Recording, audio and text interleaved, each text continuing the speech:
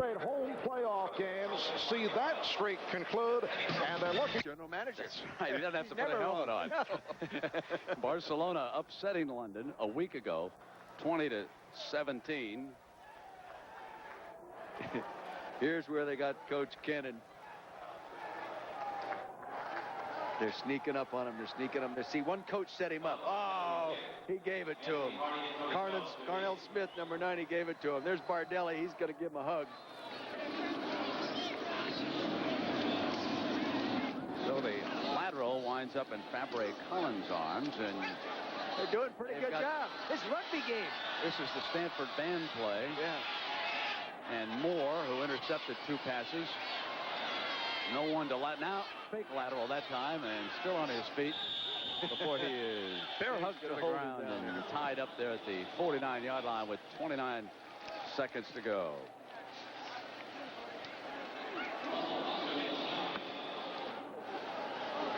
Auto racing coming up next here on ABC. We'll be going right out to Milwaukee for the Miller Genuine Draft 200.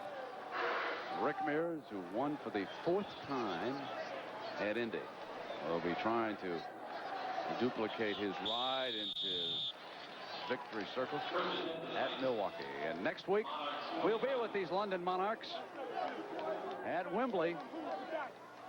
Well, it should come down to the 2 best teams, Barcelona and London, at noon Eastern.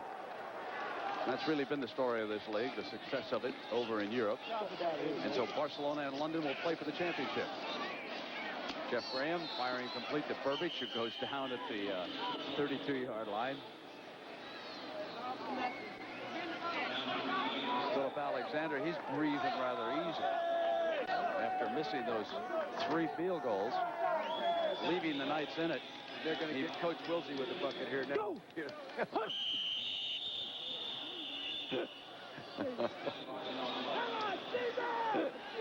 False start. Number 71 offense. Well, he just got married yesterday, and he's allowed a full start, isn't he? He's already. Tuesday. What would you think if a tackle said, "I'm going to get married the day before a playoff game," and you were still coaching, Dick? I think I'd have him filed for divorce early. Here's Graham.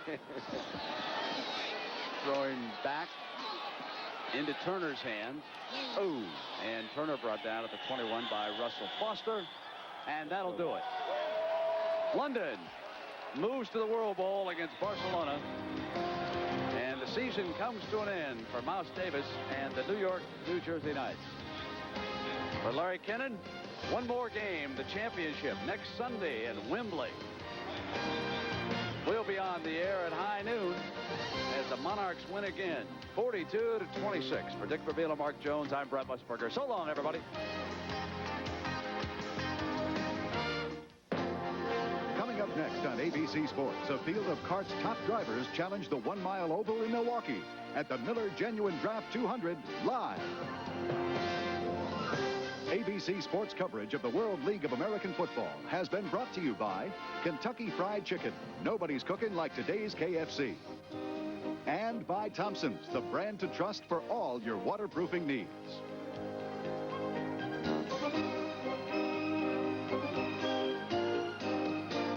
This has been a presentation of ABC Sports, recognized around the world as the leader in sports television.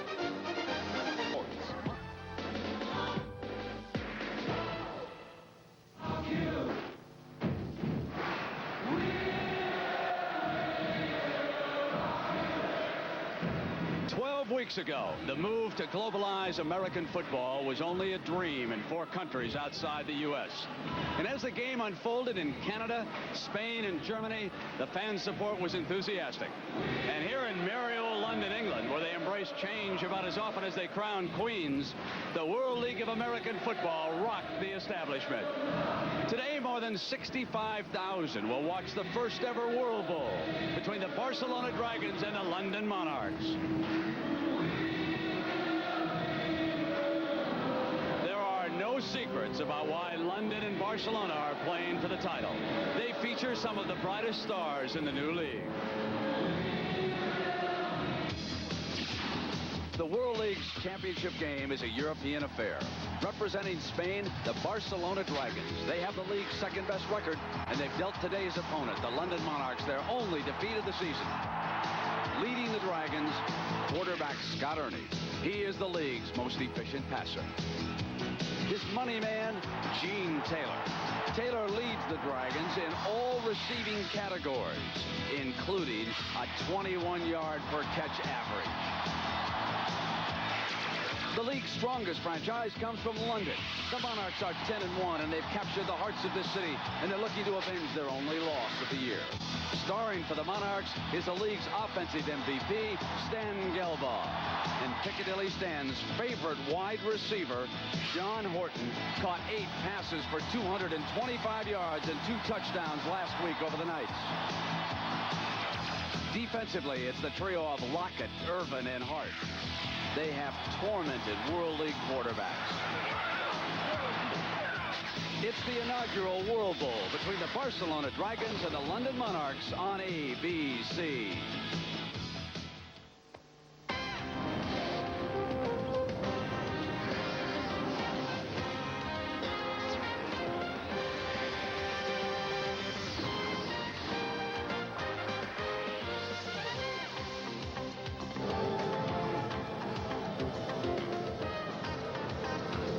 Looking live at famed Wembley Stadium in London, England, where World Bowl 91 matches the two teams with the best records in the World League, the Barcelona Dragons and the London Monarchs. Good afternoon, everybody, and welcome. I'm Brad Musburger. It's been quite a journey. Started 12 weeks ago for us down in Barcelona, Spain, and here we are. It's been fascinating watching American football being exported so successfully to 3 countries in Europe and, yes, in Montreal, Canada. The same, obviously, is not true back in the United States, and the league will try to address some of those problems in the offseason. For example, media coverage. Take a look at the USA Today here in Europe. The big banner headline is on the hottest ticket in Europe. And about 2 hours ago, the London Monarchs arrived here at Wembley. They were followed closely by the Barcelona Dragons and their fine coach Jack Bicknell, with a kiss there from his wife Lois, who had traveled over from the family home outside of Boston to watch this championship. Meanwhile, the Warriors were getting ready inside the locker rooms. And for the Barcelona Dragons, the big fella could be Bruce Clark. Told him at the beginning of the year, better get that parade ready. They looked at me like I was crazy. Now they believe us. Yeah, get the parade ready indeed. And it's been such a pleasure for me to work with this guy. I'll tell you what, through the regular season and the playoffs, he loves his football. Dick Vermeil, great job. I enjoyed every minute of it. And now we come to the most important game. And tell me why the London Monarchs were so dominant in this league. Well, I personally give the credit to the head coach, Larry Kennan. He did a super job of coaching and even a better job of drafting, with 15 of his picks making the all-world team. Then it came to the supplemental draft, and he picks the league's most valuable player, Stan Gelbaugh, a quarterback that clearly dominated that position in the league. Now, on the other side, Barcelona and Jack Bicknell, they faced some adversity down in Spain, but they were able to overcome it. Well, Jack anticipated adversity, and that dictated and controlled his philosophy in drafting. He drafted players based on attitude and character first. He didn't want to take any players with bad attitudes to Barcelona. He knew he'd have some problems. Offensively, they're led by a fine young quarterback in Scott Ernie. Now, he runs the offense and directs an offense. It's the only offense, believe this or not, that ran the ball more snaps than they threw the ball. But they turned the ball over fewer times than anybody else in the World League. And defensively, they're led by a 32-year-old former NFL All-Pro guy in Bruce Clark. And look for him to have a real good game today. Dick, we are joined by a couple of pros down on the sidelines. Mark Jones, who's been with us all season, and fresh from the Indy 500 and standing by with Scott Ernie. Let's go to Jack Arute. Good day to you, Jack. Good day to you, Brent. You know, you're talking about the effectiveness of Scott Ernie throughout the season, which helped get the Dragons to the World Bowl. But Scott, in the playoff game in Birmingham, 9 for 27, very uncharacteristic of you. Was it a defense that confused you, or did you just have an off day? I think it was a combination of things. You know, I didn't throw the ball very well. We had a couple balls dropped, but, you know, that's last week, and now we got to focus on the Monarchs. You talk about your offensive line, though. The Nasty Boys said a lot of things before the game the last time, but you are, in fact, the only team that they didn't get a sack from. So you've really got a solid line in front of you. Definitely. Those guys have been doing a great job all season long, and hopefully today won't be any different. Well, just 45 feet beyond this trailer is the trailer of the home team, the London Monarchs. And standing by with Stan Gelbaugh is my counterpart, Mark Jones. Mark? Thanks a lot, Jack. Stan, last time out against Barcelona 2 weeks ago, this team held you to your lowest offensive total of the season. How do you remedy that today? Well, I think that we're a little smarter about how to handle them than we were last time, and I think also we have to play better. We didn't play very good. They played well. You guys seemed a little flat the last 2 times that I've seen you, the last 2 weeks in a row. How important is it that you get off early in this game? It's a very sound defensive unit for Barcelona. Yeah, they're sound, but I'll tell you what, nobody on our side's flat this week. You got to be dead to be flat in a situation like this, and you know, I don't look for us to start slow. Okay, thanks a lot for joining us, Stan, and good luck to you. Thank you. Brent, Dick, you know what? These London Monarchs have dubbed themselves MWA. That stands for Monarchs with Attitude. Back upstairs. All right, Mark, and coming up, we're going to meet the starting lineups for the Barcelona Dragons and the London Monarchs when we continue with our coverage of World Bowl 91. World Bowl 91. Brought to you by Kellogg's, the best to you each morning. For Thomas Woods, his only catch of the game. But it was enough. A 10-3 Dragon win got them into the World Bowl. The stadium that has hosted an Olympics, a heavyweight championship victory by the then Cassius Clay before he changed his name to Muhammad Ali, and today the site of World Bowl 91. And to introduce our starting lineups here to this crowd, let's go over to the PA announcer, Gary Morenzi.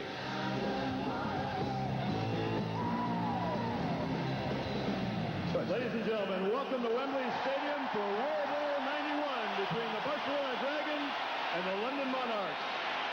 And now let's meet the Barcelona Dragons.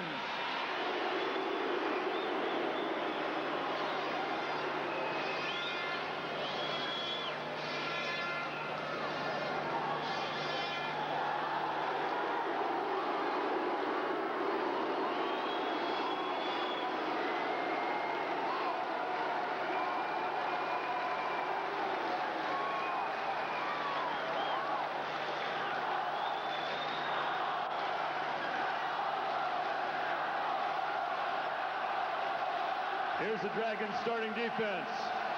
Left end number 75, Bruce Clark.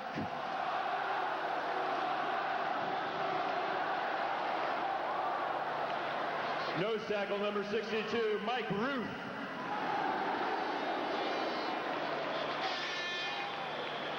Right end number 61, Steve Albert.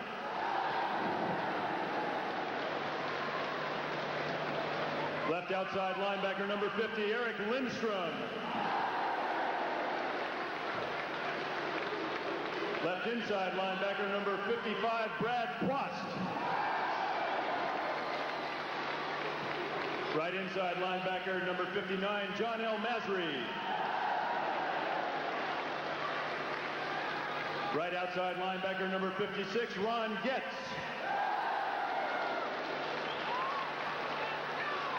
Left cornerback number 20, Adrian Jones. Right cornerback number 29, Charles Fryer. Strong safety number 27, Glenn Cobb.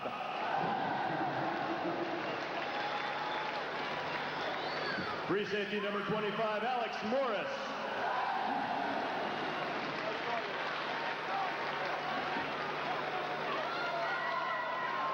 And the head coach of the Barcelona Dragons, Jack Bicknell.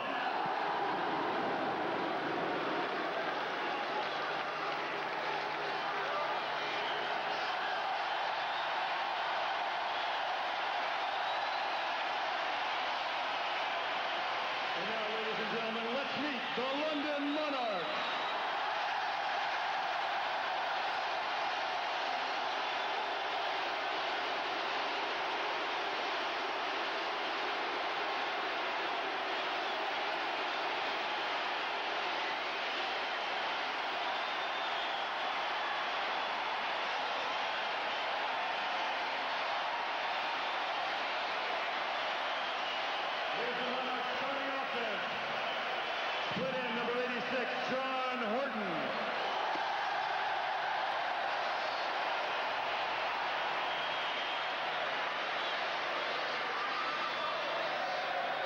Left tackle number 60, Theo Adams.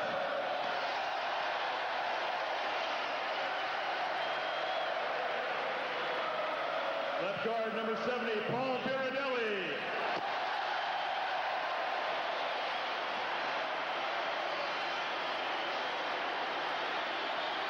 Center number 59, Doug Marone.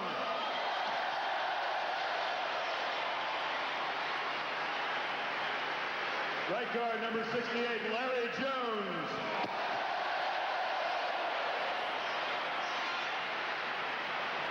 Right tackle number 67, Steve Gabbard.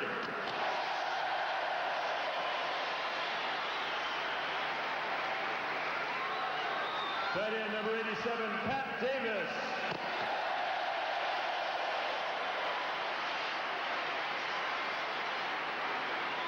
Flanker number 81, Dana Brinson.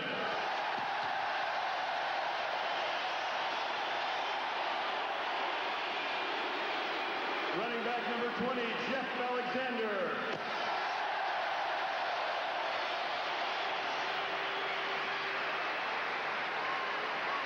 Halfback number 22, Judd Garrett.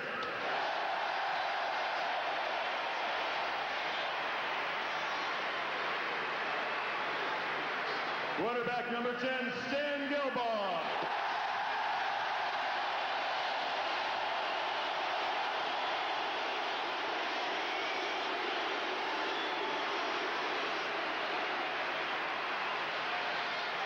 And the head coach of the London Monarchs, Larry Kennan.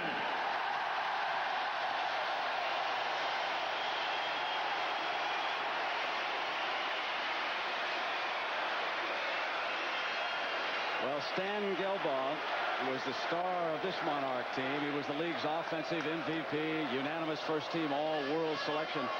He led the league in every significant passing category. He threw more touchdown passes than anybody, 17, and he threw for 300-plus yards 5 times in the new league.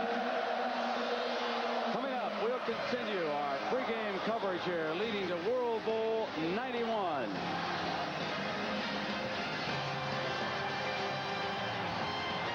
17-0, Stan Gilbaugh rallied the Monarchs. He found his big play wide receiver, number 86, John Horton.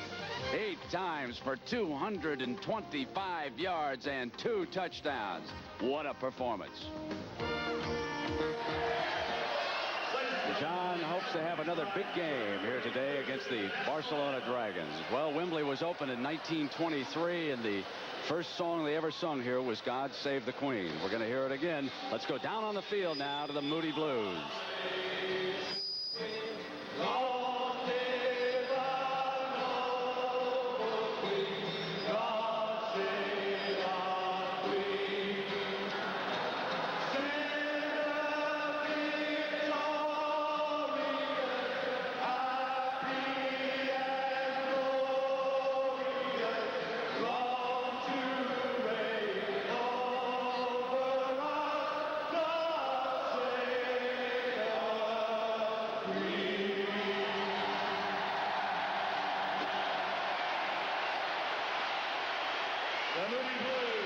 Unusual to come to a big-time football game and not hear the Star-Spangled Banner, isn't it? Jack Aruta's standing by with one of the Dragon stars, Bruce Clark, so let's go to Jack. Well, Brett, this is the band that many of the youngsters turn to because of his NFL experience. Bruce, it's come down to the championship. You told him early on that you were going to come here. I told him right at the beginning that don't be surprised. You got a good group of guys together. They work hard. I knew we'd be in this game.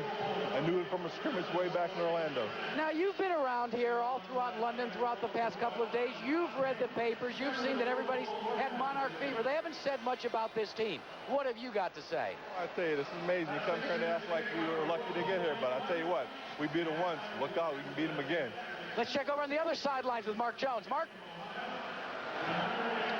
I'm with Roy Hart. Roy, you're facing a new long snapper today, Mark Murphy. Are you going to try and exploit him defensively? Of course, when they get a new guy in there like that, the coordination is not down with the center and the catcher of football. So therefore, I'm going to explode on him and try to knock him out of there and hopefully block a field goal or two. Last time against Barcelona, you guys as a defense failed to get to the quarterback. How do you remedy that today?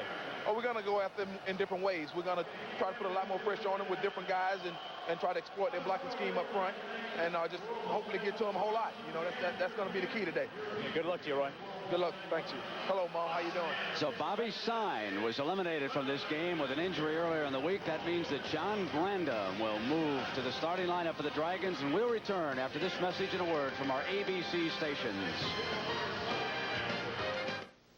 Jim Stafford, Alabama, and more on. Tickets for the World Bowl here at Wembley were scaled from 45 pounds down to 10 pounds. For that top 45-pound ticket, that's about $76.50 American. So it is the Barcelona Dragons, coached by Jack Bicknell, up against the London Monarchs, coached by Larry Kennan. And down for the ceremonial coin toss, we have three men who've meant an awful lot to this league. The former NFL Commissioner Pete Rozelle is down there with the league's first president right there behind the other side of Crossman, Tex Schramm. And also down there is Tom Landry, who is invested in the San Antonio Riders. They've meant so much to professional football the world over. And let's go down to the field now for the coin flip and referee Bernie Kukar. That's heads, that's tails. Mr. Rozelle will flip it. Call it in the air, please. Tails was called. Heads it is. London has won the toss. You want the football? I'm going to kick this way. Okay, gentlemen? Turn that way. London has won the toss. We'll receive down here. Good luck, gentlemen. Here you go. Thank you. You want that, right? Yes, sir. London has won the toss and has elected to receive.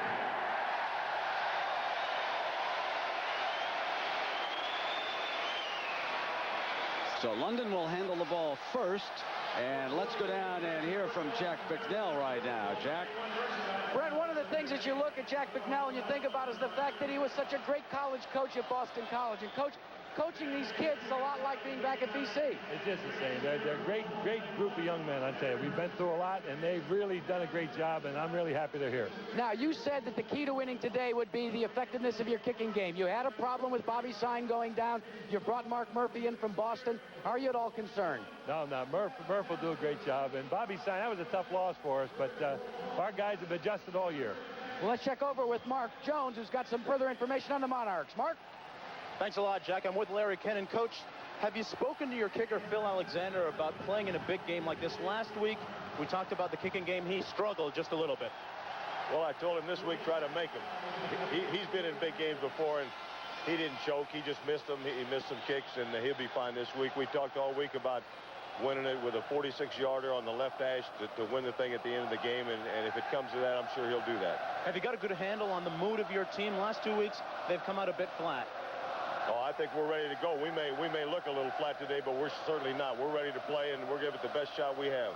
Good luck to you, Coach. Thank you very much. Back upstairs to Brenton Dick. World Bowl 91 between Barcelona and London about to unfold here in Wembley. And Luis Aguiar will put it on the tee and kick it off for the Dragons. Deep for the Monarchs. Two of their speedy wide receivers. 81 there on your left is Dana Brinson. And 80 is Andre Riley. Riley hurt the Dragons in their meeting 2 weeks ago, a game that was won by Barcelona 20-17. Dick Vermeil, when we were down on the field, it was kind of breezy down there. It was very breezy, and right now Aguiar is kicking with the wind to his back. He'll probably boot the thing out of the back of the end zone. He was doing that on the practice field Thursday. Very strong leg. He is also the kicker that would kick the long field goal if they got on the 50-yard attempt or plus 50.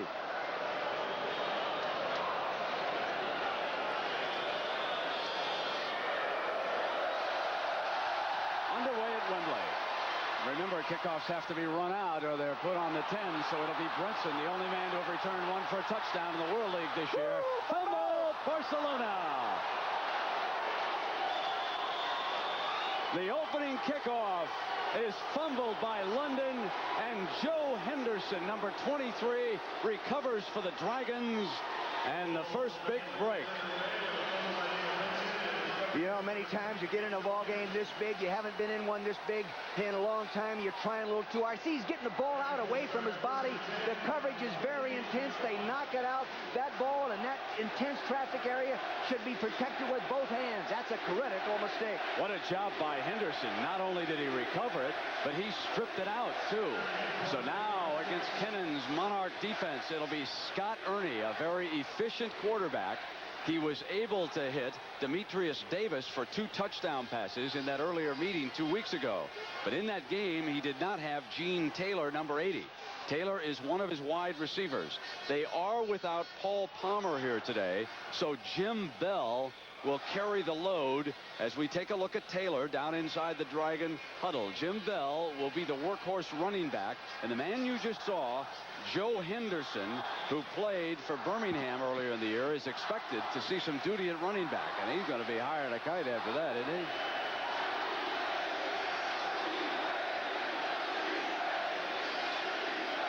When the tight end stands up, they normally have thrown, and Davis is over there, and Ernie's going to put it up on first down. He's going to go for Taylor. Taylor's got it, but out of bounds and incomplete. They went right to work on Corus Irvin. They picked on him 2 weeks ago, and they were successful. But this time, Irvin has Taylor draped all over him and out of bounds. They were covered tightly there. He just went to a 5-step drop and laid it up high over the outside shoulder. Good coverage position. Actually, if he gets that ball 1 second sooner, he's in the end zone. Second down and 10. The opening kickoff fumbled here in World Bowl 91.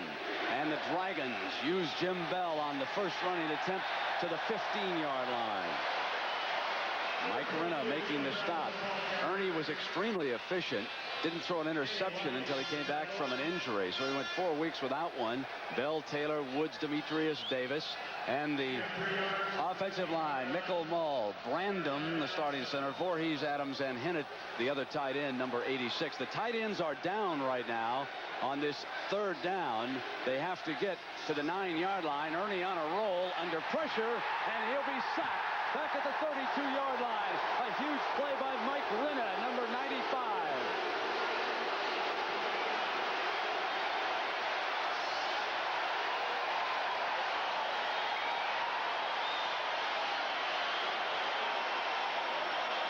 Ernie wanted to throw a delay pattern to the tight end to the right of your screen. They went zone defense. He was not covered. That made him hold the football. And here comes Mr. Renna, number 95, making a big play. And remember that London did not record a single sack 2 weeks ago. Aguiar, the snap is bobbled. It's on the ground. London survives the fumble on the opening kickoff. Monarchs ball.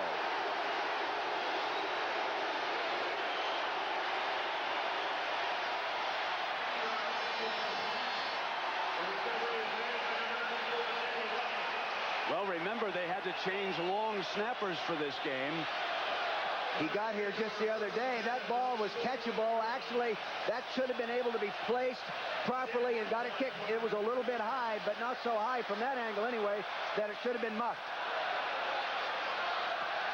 So Aguiar couldn't get the handle on it. Now it is Gelbaugh handing off to Jeff Alexander. Larry Kennan opting to try and settle the team down with a little off-tackle run here to begin things, and Alexander is forced outside. It's Stan Gelbaugh, who led the World League in those categories, and behind him, these men will line up for him. Alexander, Judd Garrett, John Horton, and Dana Brinson. The offensive line, the Nasty Boys. The best group of blockers in the league overall. Adams, Baradelli, Marone, Jones, Gabbard, and Davis is the tight end. Second down.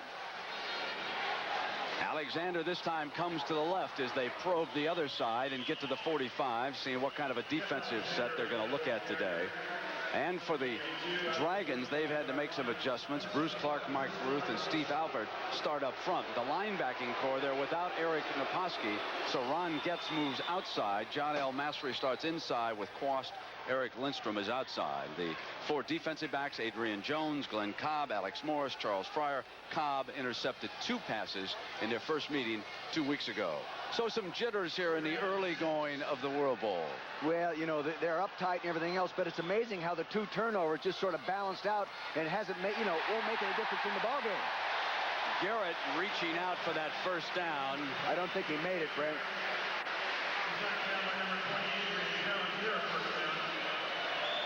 Larry Kennan told me the game plan was to use more one back, big tight end in the ball game rather than 3 wide receivers and pound on them a little bit more.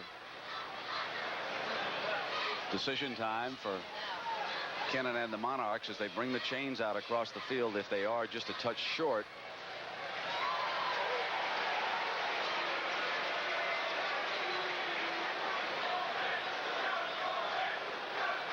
It's an inch short. I'll bet he goes for it. Extra tight end checks in for Kennan.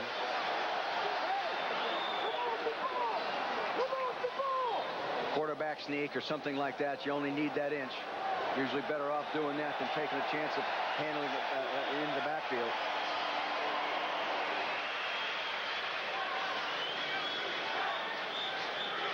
I think it's a good decision to go for it right here. You come to win. You don't come to, to play it conservative. You come to win the football game, and this is a chance to keep a drive going and to start out positive in that first quarter after the negative turnover with the kickoff return.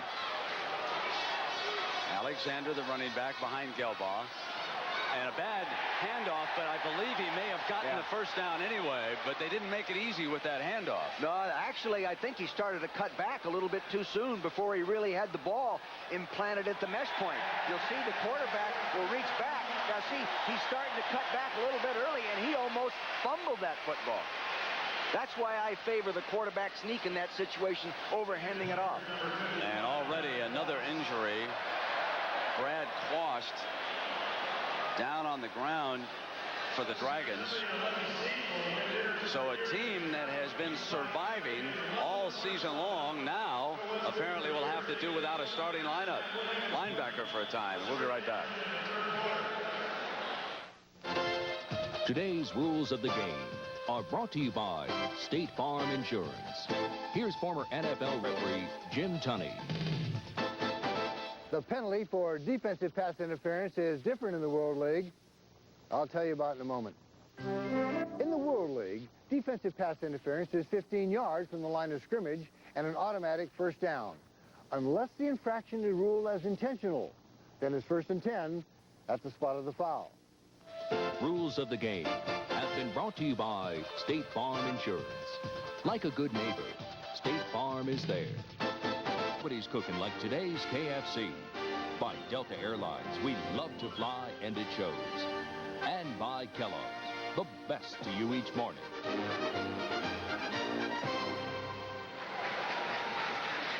Eric Naposki couldn't play today because of an injury. Now Brad Quast forced to the sideline for the Dragons. They lose 2 of their 4 best linebackers.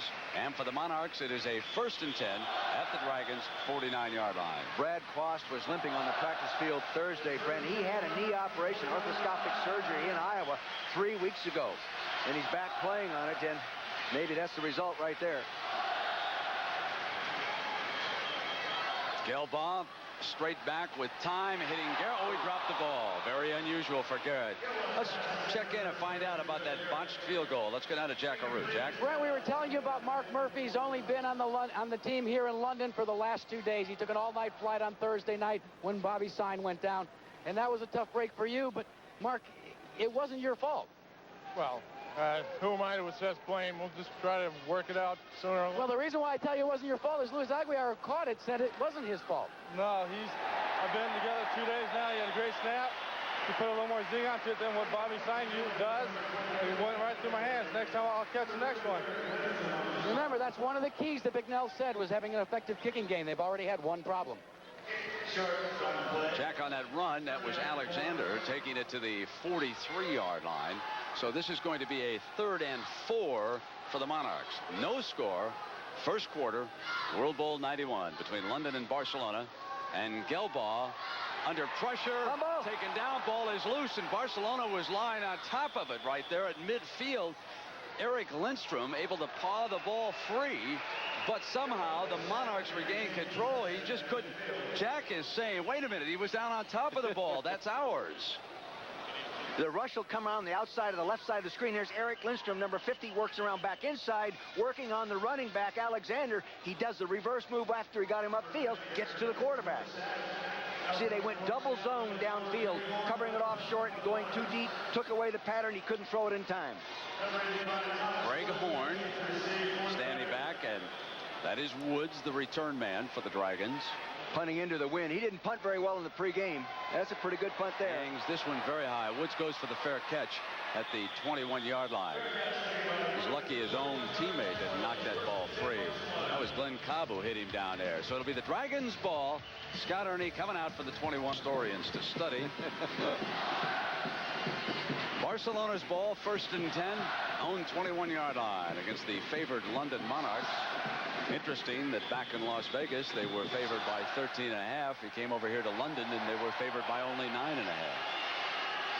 Barcelona, a winner the last time they played, the only team to beat London this year. Barcelona hopes that the defense can get the job done here today, and that this offense, with Jim Bell carrying the ball, can get a couple of opportunity touchdowns. Defensively, this is a very talented group representing London. Mike Renner, Roy Hart, John Shannon in the line, and sensational linebacking core led by Danny Lockett, featuring Marlon Brown, Ricky Williams, and Virgil Robertson. And the secondary is very good too. Irvin Smith, Dan Crossman, Dedrick Dodge, and Corus Irvin. They tried to pick on Irvin early and didn't get the job done. Bump and run from the corners right now. They back off a little bit. Bell bounces back to the outside for the first down. Out to the 40-yard line before Dodge tackles him. Jimmy Bell did a real good job. They were in a bare defensive front, the Buddy Ryan defense, and he had tried to attack up inside. There was nothing there. Hart stuffed it. See him stuff it right in the middle. He bounces now outside, and this is not typical of Bell's running. He's more of a slasher, but he did see the vision to the outside, made a good run. Ernie and Bell made a little adjustment in practice this week. They have Bell just a little bit closer to the line of scrimmage than he was in that earlier meeting, figuring that the daylight was there. If he hit it just a little bit quicker, he might get something. Into the middle, they run right at Roy Hart that time, and they didn't get too much. John Shannon helping out defensively. Take a look at the nose guard position. Roy Hart, the all-pro, here he is. He's a real quick guy, and they jump him around a lot, but they said in this game today they weren't going to jump him around very much and let him play head up, and Brandon actually on that play did a pretty good job. He is more dangerous when he jumps quickly around the center. Davis, a stand-up tight end, and he slips out as a receiver this time. They wanted Edgerton, a good play by Irvin that time. Corus Irvin knocked the ball free with that tackle. He smelled that one coming. See, they throw that pass so many times that you can almost anticipate it. It's a quick hitch, and you can drive it. Many receivers will turn that quick hitch into a fade and go deep down the sideline when they read that tight coverage. Barcelona does not do that. And as a result, Irvin is able to cheat a yard or two, not expecting that play. Wilson checks in as the nickel back in that secondary. Ernie has misfired on his first 2 passes. Oh, a man's wide open! And he threw it away. Intercepted by the Monarchs. Dedrick Dodge. Brent, Barcelona took that play from the New York, New Jersey Knights. Mouse Davis play that was 2 big plays against London last week. It's an out and up by the inside receiver, and they blew the coverage last week, if you'll remember. This week, they did not blow the coverage, get the interception. Gene Taylor was wide open on that far sideline. That was not a well-thrown pass. We'll come right back.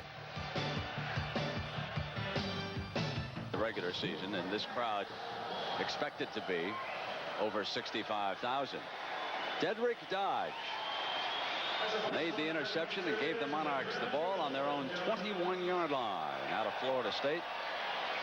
And Ernie off to a sluggish start, passing the ball so far. Going to work on some snaps and try to shake out what's bothering him here in the early moments. Nice fake to Alexander. Garrett's all alone. He was cracked by Alex Morris, the safety man at the 30. See, when you run that trap action up inside, it freezes the inside linebackers, and they can't get on that back quickly. See, now you watch the trap action inside. See the guard pull. They make a strong fake, freezes the linebackers, pops it right in the hole the linebacker would have been. Good safety play by Alex Morris, number 25, coming up and make the tackle. Greg Gilbert, number 24, has checked into that lineup. He is the linebacker who has replaced Quast. Alexander, the ball carrier that time, and John L. Masry, one of the defenders, leading that charge. You know, it's funny. Barcelona comes in here and they're already turned the ball over twice. They came into the ball game only turning the ball over 15 times the whole year, which led the World League by at least 9. Plus, here they start out on a sour note. Well, they haven't gotten the ball to John Horton yet, and he burned the Knights last week. Gelbaugh looking for him, going down that sideline, and it is broken up beautifully that time by Charles Fryer. He wanted the big man, and did you see Fryer with a few words for Horton? Yeah. You know, if you're going to throw that seam pass in between a rolled-up corner and a safety, you got to hit him right on time, about 20 yards deep. This was a little bit late. See, he was a little bit late. The ball should have been there just a split second sooner. You'll see him, Horton, number 86 right there. The corner, number 29, rolled up. That's Charles Fryer. He should have a man in his face so he cannot drop back and fill that zone. Second down and 10 for the Monarchs. Riley in motion. Gelbaugh slips, gets it handed off to Alexander, who makes his way to the 40-yard line.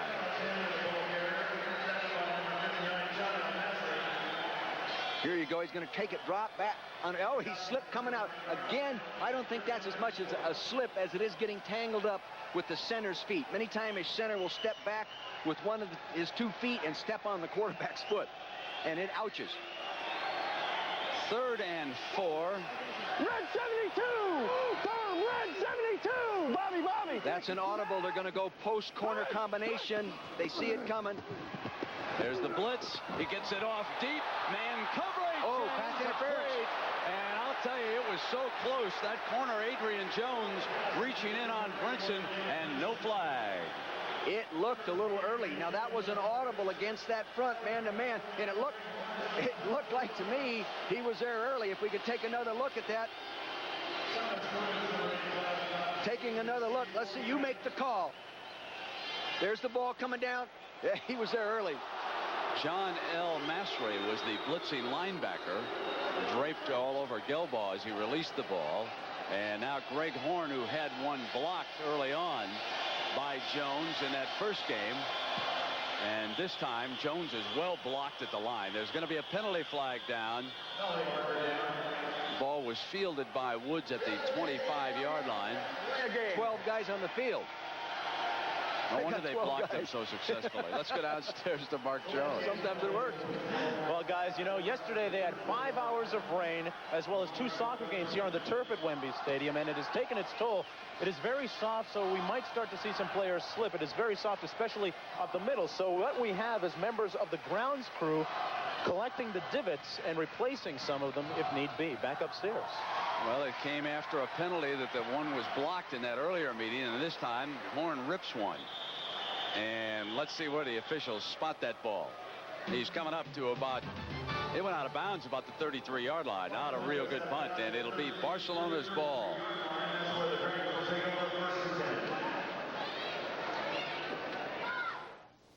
Live coverage of golf's national championship begins. Championship match. Their quarterback is off to a slow start. Their cheerleaders are also here. I remember them from the first game in the rain. Scott Ernie is 0 of 3 with 1 interception.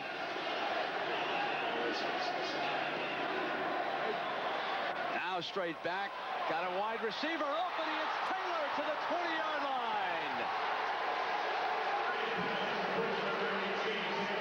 They were in a 3-deep zone defense, and Taylor hit the seam. The ball was thrown right on time, right where it had to be. They held the free safety by looking him away. Here comes the safety to make the play. But see, you can't throw that ball unless you do something to prevent the safety from getting over there to make the play. He looked him off. He's throwing it right there, right where it had to be. See, Dodge needed one more step to get there. One of the keys was that they switched the tight end back to running back to help block on that play. Now Bell is back, and he gets the carry, and he crashes to perhaps the 16-yard line. They plan to use the tight end in the backfield, the big guy at 235, 240 pounds, to block the bigger rushers. They have one extra rusher coming. He's on a more physical guy. That was Mike Hennett who threw that protective block and set up the 48-yard gain. Ernie's first completion, and it went to Gene Taylor. That has been their most successful deep pattern this season. Now it is 2nd and 8. I think they're going to run the ball to the right, what they call a 4 solid, meaning solid line blocking. But it was well defended. Forced back to the other side and wrapped up by number 56, Ricky Williams. See, there go that solid blocking man-to-man, and they cover everybody in there. It's hard to pick up that linebacker when he crashes like he did. You'll see him. It's a stunt. See, center covered, guard covered, no one immediately in a position to pick up Ricky Williams. A good call by defensive coordinator Ray Wilsey. Second big scoring opportunity for the Dragons. Coming after him again. Coming up at him. Ernie gets it off, and it's well defended over here by Wilson. Harvey Wilson, the underrated member of that defensive secondary, number 42, gets the job done as the nickel man. Brent, I really agree with you when you say the underrated secondary player. I believe he's good enough to be on the all-world team playing as a backup safety. He makes plays every time we see him play. He's always in position, and he's an excellent tackler.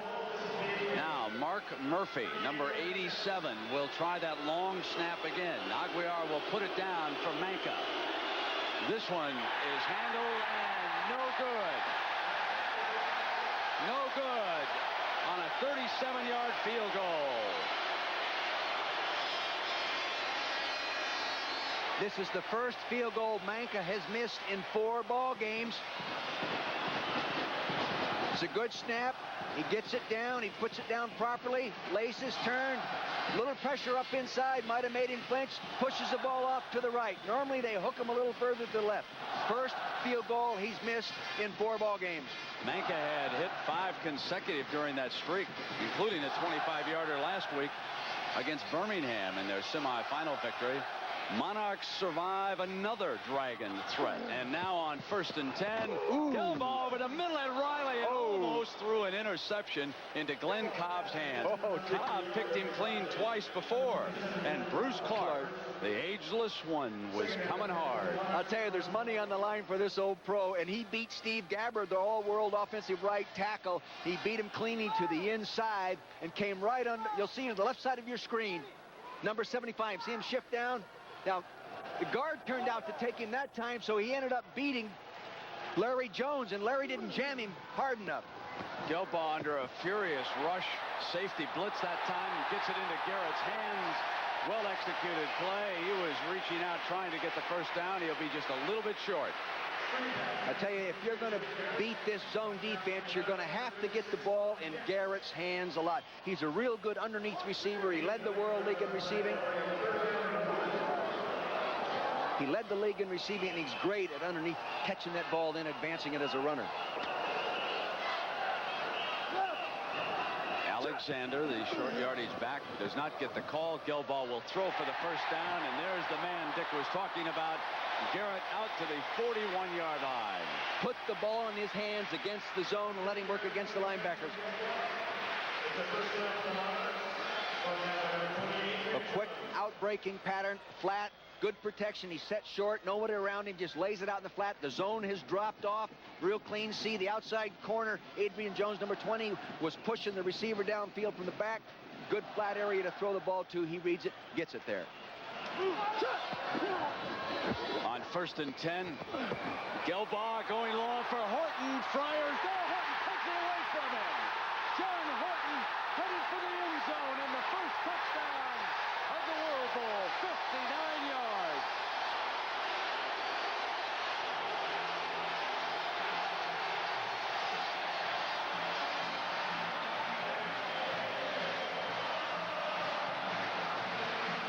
Here's a case of a ball that was underthrown, and this is really, when you throw a ball under the corner, it's really tough on him. The advantage goes to the wide receiver. He lays it out there. It's not long enough. The defender's trying to come back for it, and Horton, being a basketball player, jumps for it. He has been doing this all year. All year. His touchdown ratio is spectacular. 1 every 5th catch ends up in the end zone. Philip Alexander, raised right here in England, adds the extra point. Now, John Horton didn't even play football for 2 years. As Dick mentioned, he was a pro basketball player in Mexico. And you know what? Every everything seems to stick to his fingers. Charles Fryer went up for it. He just couldn't jump quite as high. And we'll return with ABC's World League of American Football after a word from our ABC stations. Alexander to kick it off. And back deep for the Dragons, Thomas, Woods, and Dempsey Norman, number 84.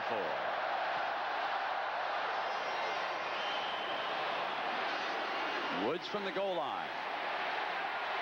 Comes right up the middle, swings free to the outside. He's got an opening.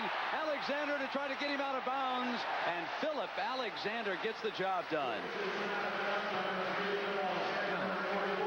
Let's go down to Mark Jones. Yeah, I'm with John Horton. John, it seems to be that every week Stan just throws the ball up to you, and you seem to go get it. Well, yeah, it seems to be fortunate I've been able to come up with these balls. Stan does a great job of throwing it out there, and the offensive line, you know, none of this would work without that offensive line. You know, it's just a total team effort. We're out here to work hard. Paul Baradelli on the O-line, Theo Adams, Doug Marone, Steve Gabby, and Larry Jones. You know, they're the ones, nasty boys. Right, back upstairs, doing some PR, John On Horton. 1st and 10. Ernie. Interception. Intercepted by Crossman. At the 30, 35. And Crossman comes up to the 48. And Scott Ernie off to a shaky start here in the World Bowl. That's a bad throw all the way. He was never open in the seam. They're trying to do basically the same thing from a tighter formation using 2 tight ends and 2 flankers and go down the right seam with the tight end. It was not there at any time, just a bad decision by Scott. And he hasn't made that decision poorly all year. He's only thrown 2 interceptions coming into the ball game.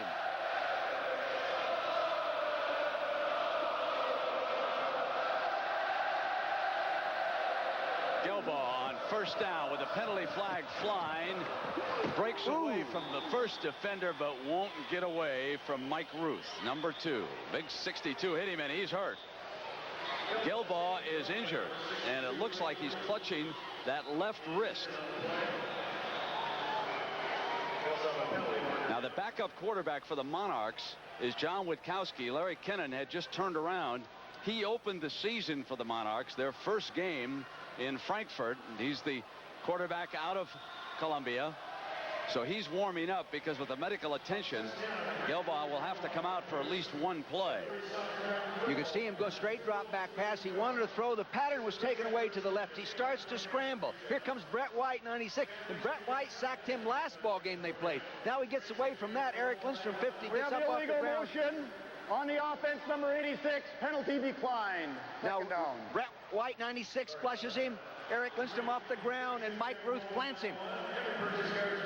You know, the advantage now, not an advantage, but they do have an advantage in that their backup quarterback, John Witkowski, is an experienced football player. Having played in the National Football League for the Detroit Lions, he's been at Houston. He's actually lined up and started in an NFL ball game. He comes into this game throwing 57% complete. Good football player. Not a Gelbaugh, but a good football player. So Gelbaugh turns it over to John Witkowski. Hopefully the injury not serious. Mark Jones will get us an immediate report on that. I think he got his wind knocked out. You know how he went down? They came down on his back, then someone collapsed on his chest. 2nd down and 13. The ball at the 44-yard line. 3 wide receivers off to the left, and Witkowski will throw on his first play of the game. He hits Garrett underneath, and Garrett at midfield. That shows you the confidence that the coaching staff, Larry Cannon, has in John Witkowski. He doesn't wait and say, hey, I'm going to run the ball 3 times and let you settle down. First play is in there. He gives him the opportunity to throw it. The doctor tending to go. No, down. How about right here? No. How about right out here? Nothing like that. Not bad. It's right when I get on there. Yeah, that's hard enough. Okay, I'm sorry. He hurt that same shoulder one other time this season. And knocked him out of a game. And Witkowski came in to finish up, and that's an incomplete pass. Up against, try holding up against. This way. Now hold up tight. Does that hurt? A little bit. Push out against my hands. Can't do that, huh? Hold in. Okay. So worry about Push out again. What's going on? That's it. Okay. He'll be back. What are you, Greg Horn into punt. And Woods makes the fair catch. Has a little trouble perhaps with the haze up in the sky here in the early evening in London. Barcelona with another opportunity. They trail it by 7.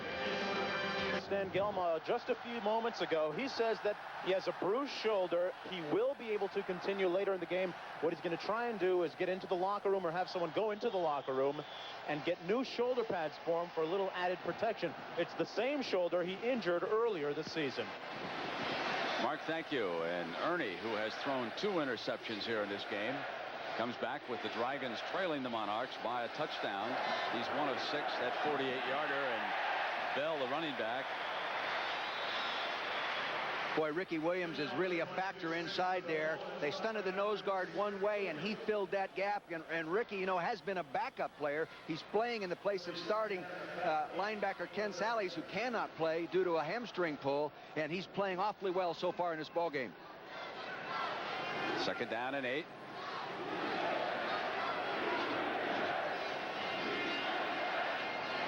Good blocking by the offensive line. A bad pass. Crossman will walk in for the touchdown.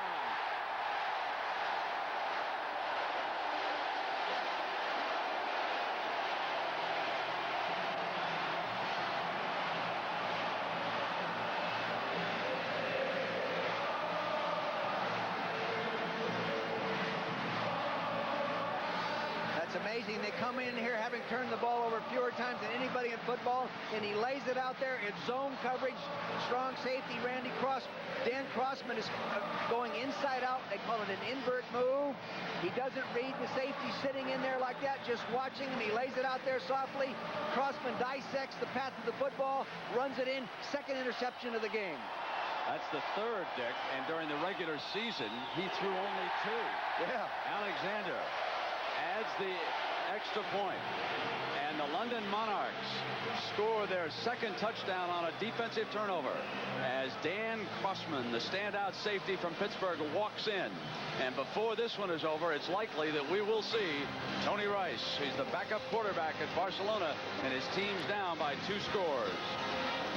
I mean, he was forced to make the stop.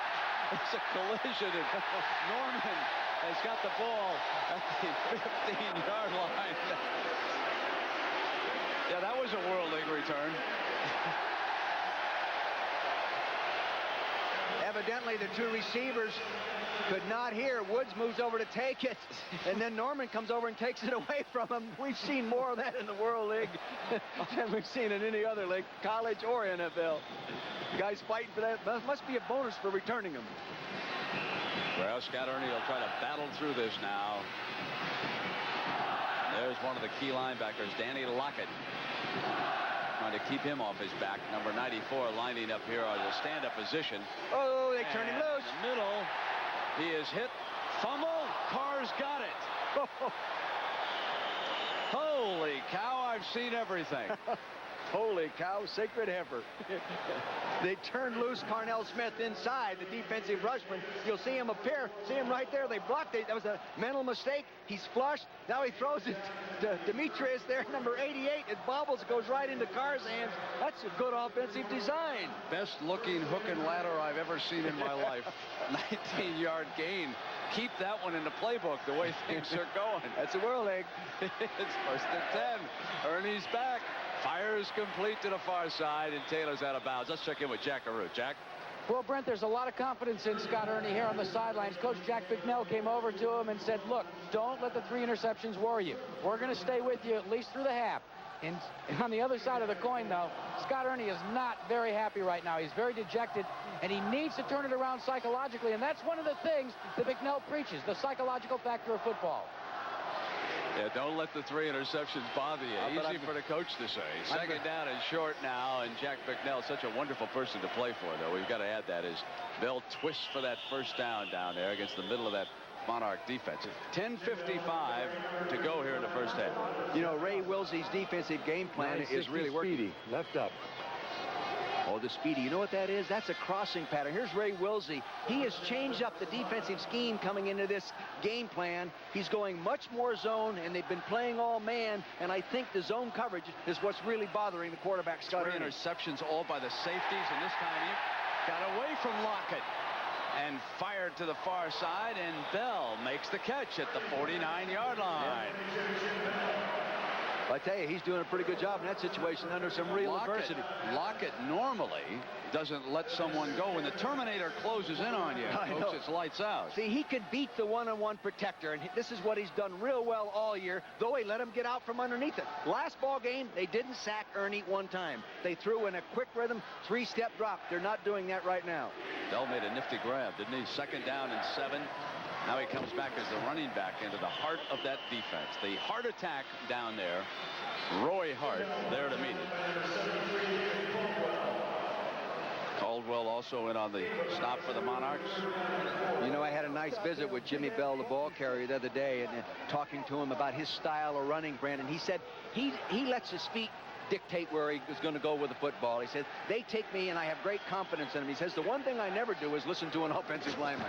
Every time they tell me where to go, it's wrong. Well, here is big number 88, Demetrius Davis. Single-handedly, he may have beaten London with a couple of scoring grabs. See, they've already adjusted now, and they're attacking zone defenses by throwing underneath the linebackers. That was a crossing pattern to Demetrius Davis out of Vallejo High School in Northern California. Like you said, he had a big game the last time they played. Part of it because he played outside receiver. They had an injury suffered by Gene Taylor, and they moved the tight end outside, and his size advantage worked against the corners of London.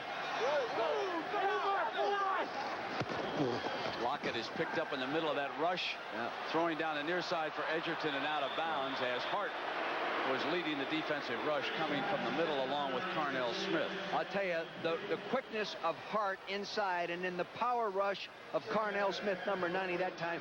Ernie did not have a chance to set up, and actually I think it was foolish for him to try to throw that ball down there because that's the one that's going to get picked off. The all-world nose man. And they really have to be conscious of sliding that blocking down to help out against him in this game. Short drop, high throw, incomplete. This is 3rd down. Ernie continues to struggle. Just got to calm down. Eagle right. 960. Z option. Eagle right. 960. Eagle right. Eagle right is a 3 wide receiver formation. It's a double slot on the one side to the right, a single receiver to the left. Now the Z option, he'll run a pattern according to the coverage, and this is looks like it's going to be a double zone, maybe a double man. He will read that and run it accordingly. On 3rd and 10, receivers are covered. There is the flag thrown by the umpire, and crushing him was Corus Irvin. A defensive holding downfield.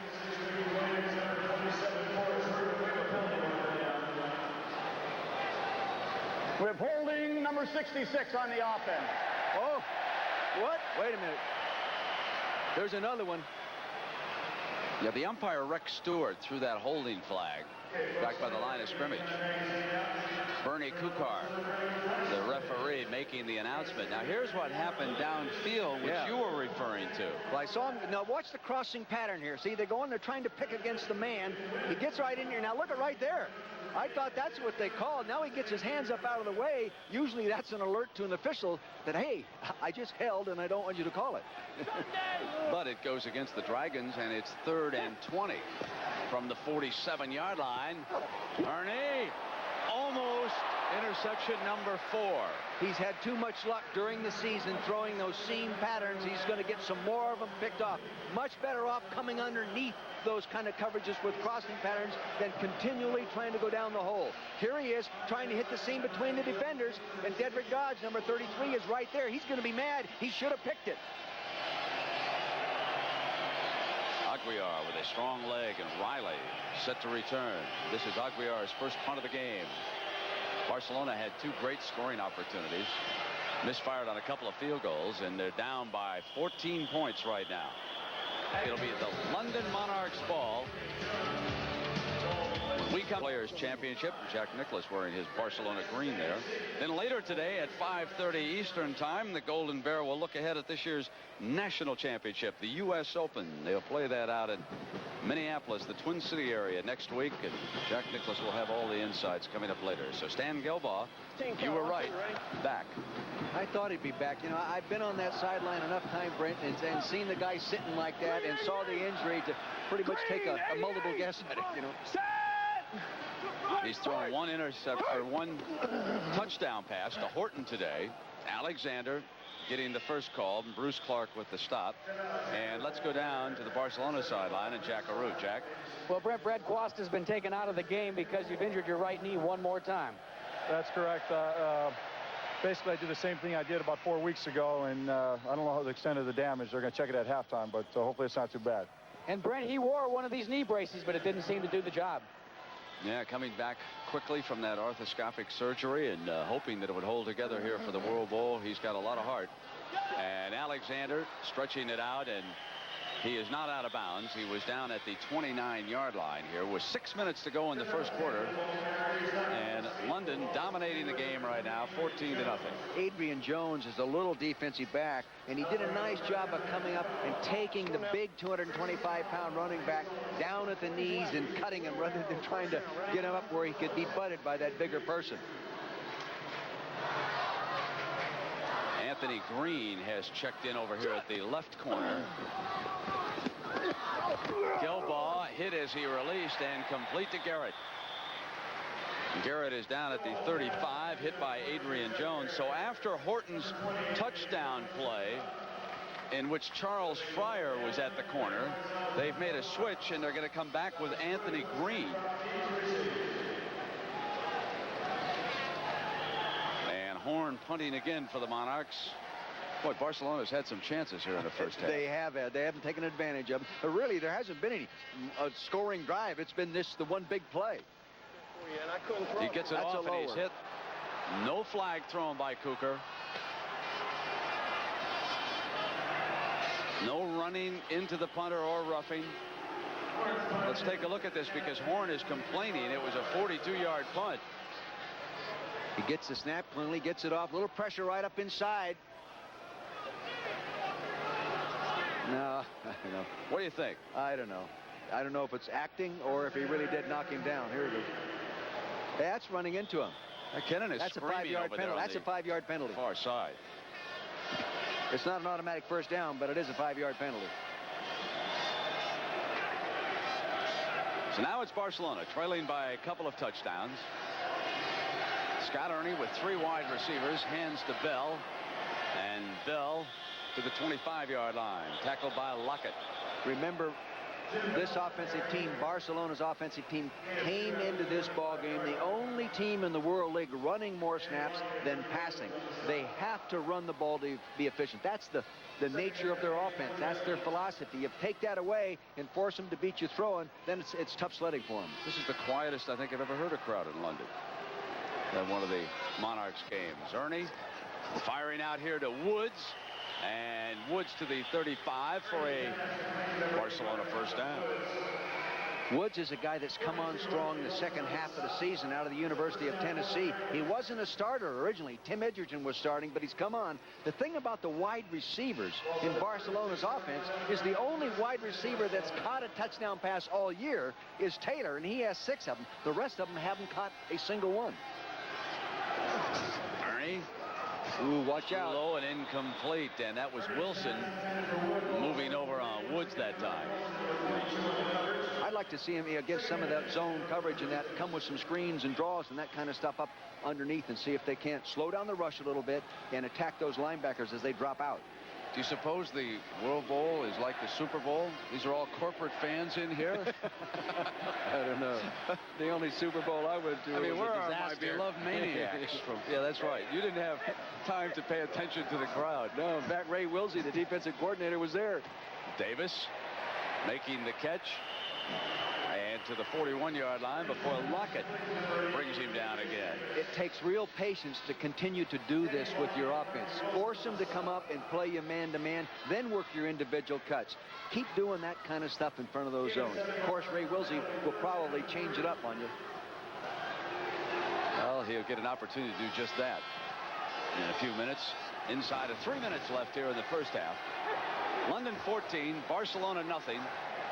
Ernie with time throws number 4 into the hands of Crossman. That's his third. And a penalty flag comes down. Marlon Brown may have blasted Ernie.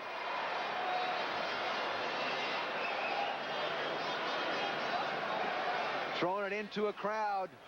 Here, Danny Crossman, Allentown, Pennsylvania, comes in and gets his third interception. See, he's following him all the way. He was in man-to-man coverage that time. Good changeup. Interception, 15-yard penalty from here. It was definitely a late block on Ernie, and it was number 53, Marlon Brown, I believe, when we take a look at it here. Brown not happy with the call. Here's Ernie working his way over there. He comes off that one. It didn't look like there was any malicious intent to that. No, he was just trying to block his man. Yeah. They're going to protect the quarterback, but when you throw 3 interceptions, in fact, if you throw 1 interception more in a ball game than your opponent does, you lose 3 out of 4 ball games you're in. He's thrown 4 interceptions in this game, 3 of them by Crossman already. They give a car to the MVP in this game, and they've given a couple of tires to Crossman here in the first half already, I think. 2:44 to go. As the Barcelona Dragons self-destruct offensively here in the first half of World Bowl 91. You know, Ray Wilsey, the defensive coordinator, again talking with him on the field, said he felt they had a real good book on the offense and what they do, and he says it's very simple, very sound, but I think we can take it away from them, and boy, they have done that. Gilbaugh hitting Riley, and Riley steps out of bounds at the 47-yard line. Riley's the receiver that had the big game against New York, and he caught 6 balls for 78 yards and 1 touchdown. Would you at this time switch to Tony Rice in the second half? I probably would. And I don't normally do those kind of things as a coach, but when you've thrown 4 interceptions and you come into the ball game only having thrown 2 all year, mentally, you're not in it. It also, as we come to the 2-minute warning, certainly changes up the look because Rice, as Notre Dame fans well remember, a good sprint out running quarterback, and it might give him a little bit of a charge. They're only down a couple of scores, but we'll see about that when we come back. Its greatest success over here in Europe. London Monarchs and the Barcelona Dragons, and London coming up to the line here, Dick Vermeil. Brent, they're going to run a 4-14, a curl here, a flat here, and a check here, and go to the open receiver. See, they went to the flat outside. I believe that's one of the first times I have seen the chalkboard employed prior to a play. How did you perform that magic? Well, I know their system, their pass offense mechanics, and I heard them call it. So you don't have to be a genius, but 89. Yes, folks, he was eavesdropping while you were away. They go 5 sets. How about that? An All-American final at the French Open. That's got to be the first time in a lot of years, since the 50s, probably. He's got it. Gilbaugh's got Horton. Oh, he stripped it. Penalty flag is thrown. Adrian Jones with coverage down there, and a penalty flag came out at the 2-yard line. Brent, I actually think Horton, halfway down this, the stem of the route, shoved off. Let's see if he did. It looked like he did. Now watch him.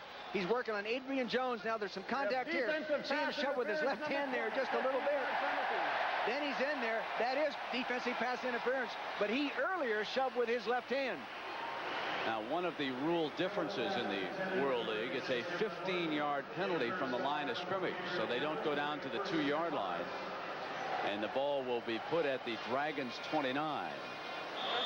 Let's go over some of the rule changes. Some of you folks may not have watched this league that often. In overtime, remember, you have to get a lead of 6 points, 35-second clock between plays. Pass interference penalty is 15 yards, and a 2-point conversion, an option. They run the end around, and Brinson is trapped by Lindstrom, breaks away, and does a nifty job of getting out of trouble.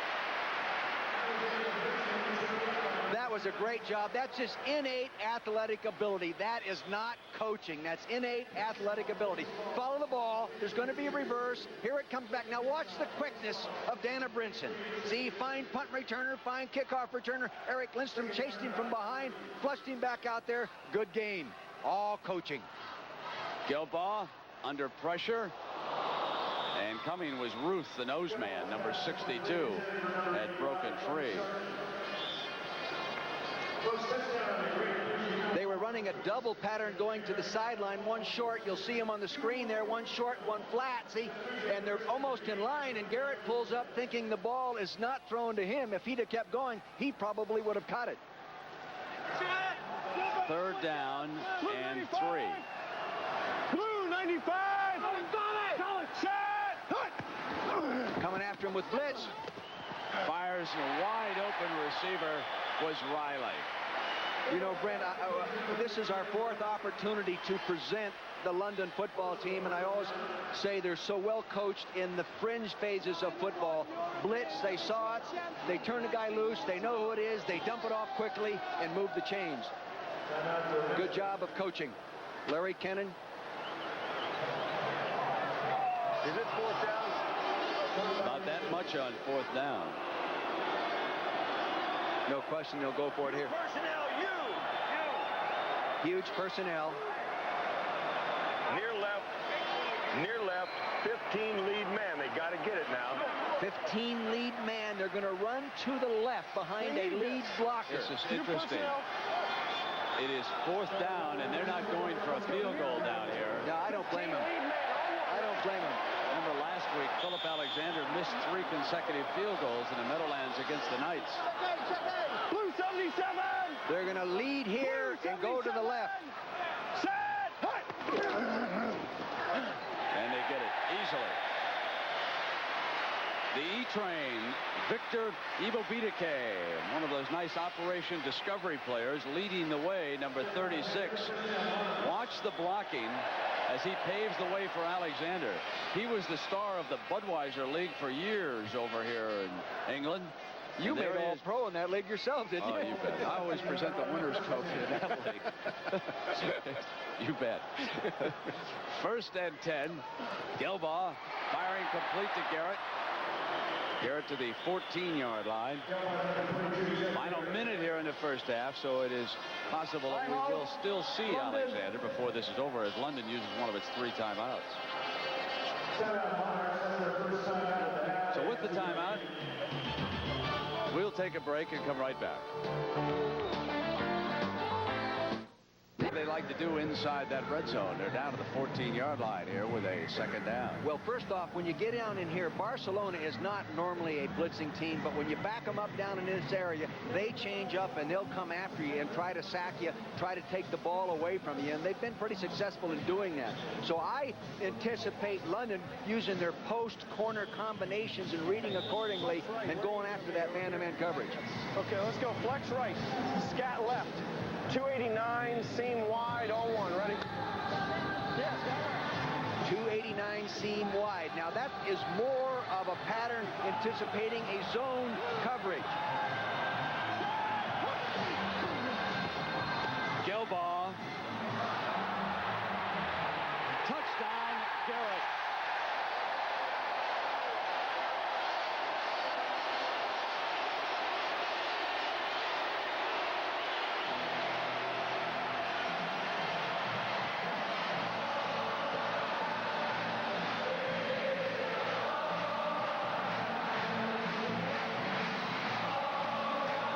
You can see why Gilbaugh was voted the most valuable player in the league. He comes up with the big plays when he has to come up. He found him open there, heading for the corner pattern. Alexander adds the extra point, and the Monarchs jump out to a 21-0 lead. And Garrett, who scored that touchdown, has caught 8 passes for 63 yards. What a contrast to the first ball game. They didn't make London did not have a first down in the first quarter, had 17 yards rushing, and here they are up now going in before the half, 21-0. These people enjoy their football. I'm not sure they all know what it's all about, but they do enjoy it. And walking around when we went down to the field early, gold hats all over. I'd like to have the concession.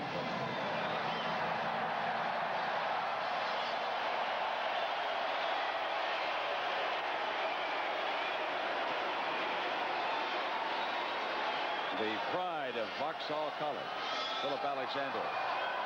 Dempsey Norman and Thomas Woods set to return this.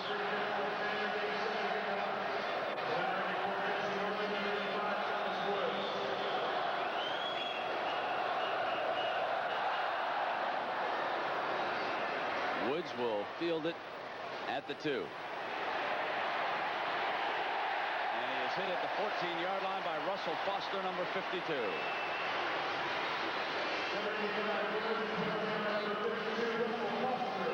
39 seconds remaining. Trailing by 3 touchdowns. Jack Bicknell sends Scott Ernie back out. If he makes a quarterback change, obviously he would do it in the second half. The one thing Tony Rice gives you is a very much changeup, a big changeup rather, in terms of running ability, scrambling ability, and then throwing deep off the scramble. Forced out of the pocket. Hart and Marlon Brown brings him down at the 11-yard line.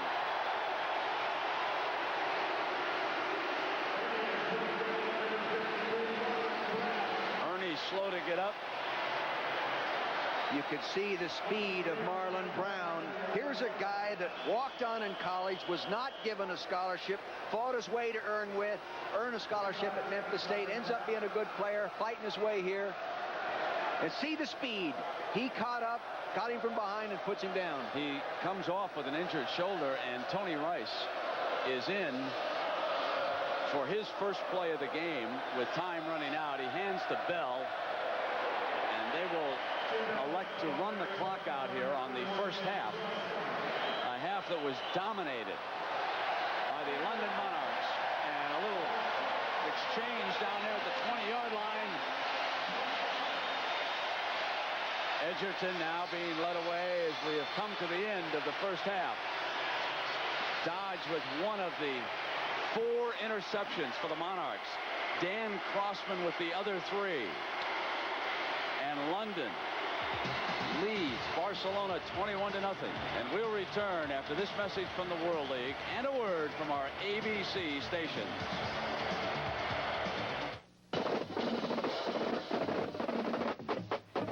The World League of American Football is orchestrated by the beat of an international rhythm.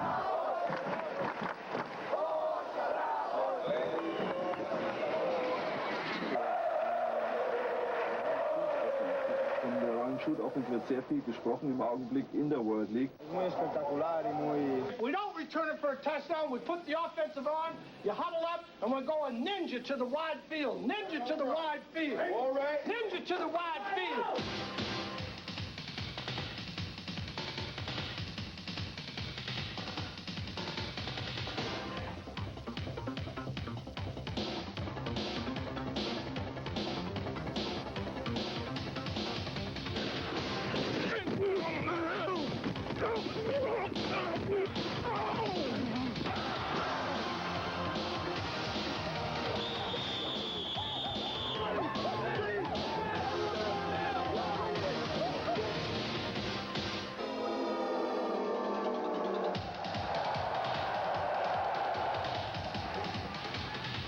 Here's Bell with a Statue of Liberty handoff to Mitchell. Mitchell fumbles. Now Mitchell's going to throw a pass. He's got a man wide open. He's got it 10-5 touchdown. The World League of American Football.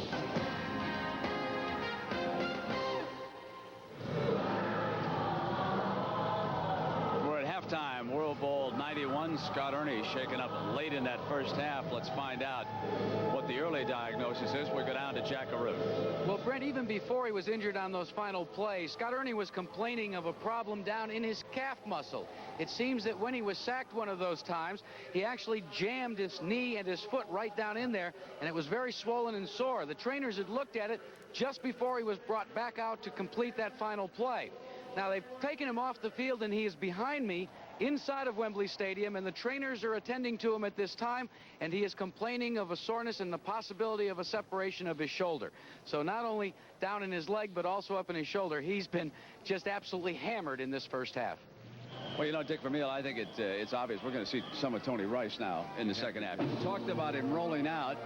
Now put yourself over in Ray Wilsey's head. He's used this zone successfully for 4 interceptions. What does he do now to counter up defensively? Well, if I were Ray Wilsey, and he's been in this game a long time, very experienced guy, I think he will stay with zone coverages. No sense in gambling tight man-to-man. Plus, in zone coverages, you have people looking back at the ball, back at the quarterback. If he does scramble out, you have people that can converge front either side and nail him and prevent the long run. That would be my plan. Well, London leads it by 3 touchdowns, and Mark Jones, they had to be all smiles when they went to their locker room. They certainly are all smiles, Brent. I'll tell you what the story is. Of course, Crossman with his 3 interceptions. I spoke to him just before they came into the locker room here.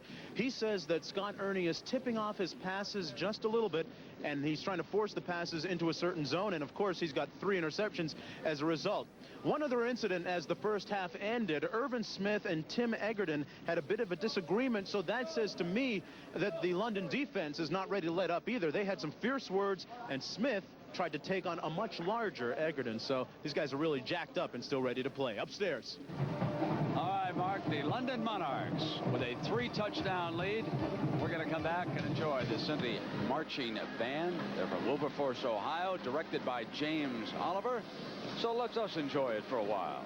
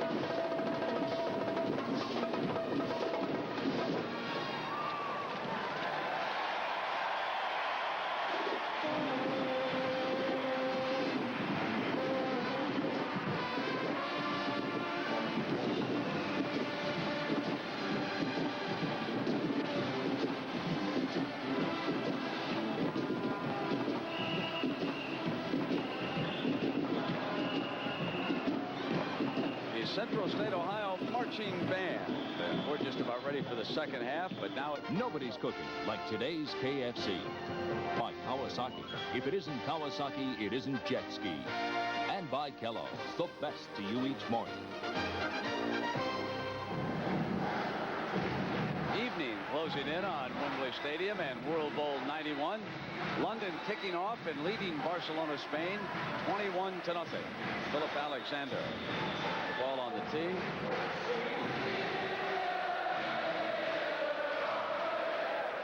Middle return for Woods. Here's the reverse. It's Henderson coming around. The play they worked on, and he slips on the far 20 and goes down.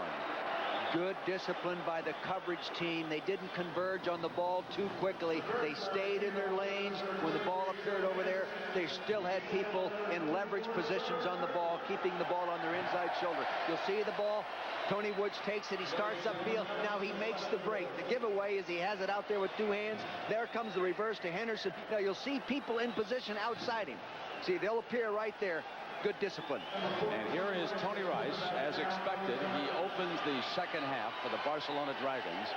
Scott Ernie, the starting quarterback, was shaken up, and he also threw 4 interceptions in the first half. And right away, Rice burns them, keeping it on the option. Now, we'll see the numbers, and this is one of the reasons why Rice is in here. The 4 turnovers down there. Barcelona with a couple of opportunities. Not only they have 4 turnovers, but they also botched a couple of field goal chances.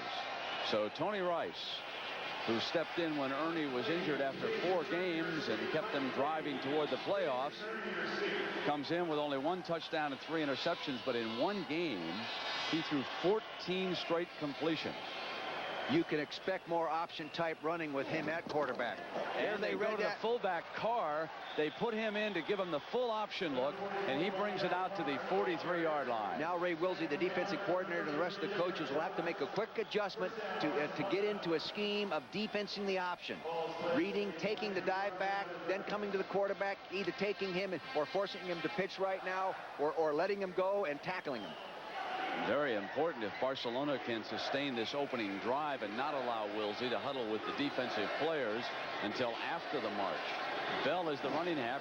Carr lined up like a wishbone fullback. Rice keeps it, and he was battered by Hart, and he still made it to the 45-yard line. See, already now, Marlon Brown, number 53, was sitting on the line of scrimmage, waiting for the quarterback to come to him. There was penetration inside. He never got to him. He had to keep the football. They won't let him run that play efficiently too many times in a row without making an adjustment. Carr and Hennett check out, and on 2nd and long, 4 receivers as Davis stands up on the right side. Get over there. Get over there, Rick.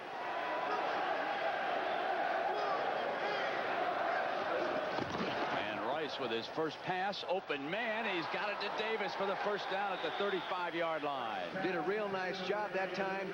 Read the coverage properly. He dropped back quickly in a 5-step drop. Saw the tight end see Demetrius read the zone in the hole right there. He gets it to him. He did a good job of hanging onto that ball because Corus Irvin, the rolled-up corner, came outside on him. See, now watch him release inside the zone linebacker. He reads it. He settles down right there. They throws it to him. He almost pulled him out of the zone. Good job. 19-yard gain. There's Carr back in, battering his way. The one-time Oklahoma star crashes to the 22 as the Dragons come out here with that option look and get something moving against this Monarch defense. You'll see what happens here now that they're running the option. The offensive tackle here goes for a hook block and widens him, and that gives him that inside lane to run in. He just handed it off. Tony Rice, who will report to Saskatchewan of the Canadian Football League a week after this season ends. Next weekend, he'll be back up in Canada. Not much of a vacation for Rice. Oh. He pulls it away on trouble. Now a pitch to Bell, and he is defended over here on the right side by Mike Renna. Oh, Roy Hart, number 75, the nose guard on center. John Brandon, 63, just nailed him, and he put him right back in the quarterback's lap as he went to lead. Now, watch the offensive center. See, he got knocked back into Hart's, right into the quarterback's face, and he couldn't run the offense. Bob Bobby Sine, the starting center, lost to the Dragons earlier in the week in practice. Brandon forced to go all the way, and you can see how tight Hart is down there at that nose spot. They use a guard to help pick him up. Rice with time throws high and incomplete and into dangerous territory. That's an interception ball. That's when you throw it over there. They had one-on-one situation over to the slot on the left side. He had him doubled up over here. He threw it into the double. As you look downfield now, you'll see there's more defenders there than receivers. On the other side, it was equal, one-on-one. Should have gone left. 3rd and 13 for the Dragons. Edgerton, the wide receiver on Rice's right. Davis standing up. Rice, well defended, steps away from it brilliantly and is out of bounds at the 20-yard line. That's going to be short of the first down. This is the extra dimension that he gives you. He runs better than many running backs. And you get in that quarterback scramble situation. What do you got? Trailing by 3 touchdowns. The Dragons 960 elect. Speedy. Left up, 960 Speedy. I didn't call it. That's left protection, Left up, 960 960 Speedy. Speedy. They're going to try to run a crossing pattern to the split end. Taylor is out to the going left. to be here to Woods, 85, on the right bottom of your screen. Woods is on his right. Crossing. Instead, he throws to Davis for the first down as they cross there in the middle. He might not have made it. It depends on where they spot it.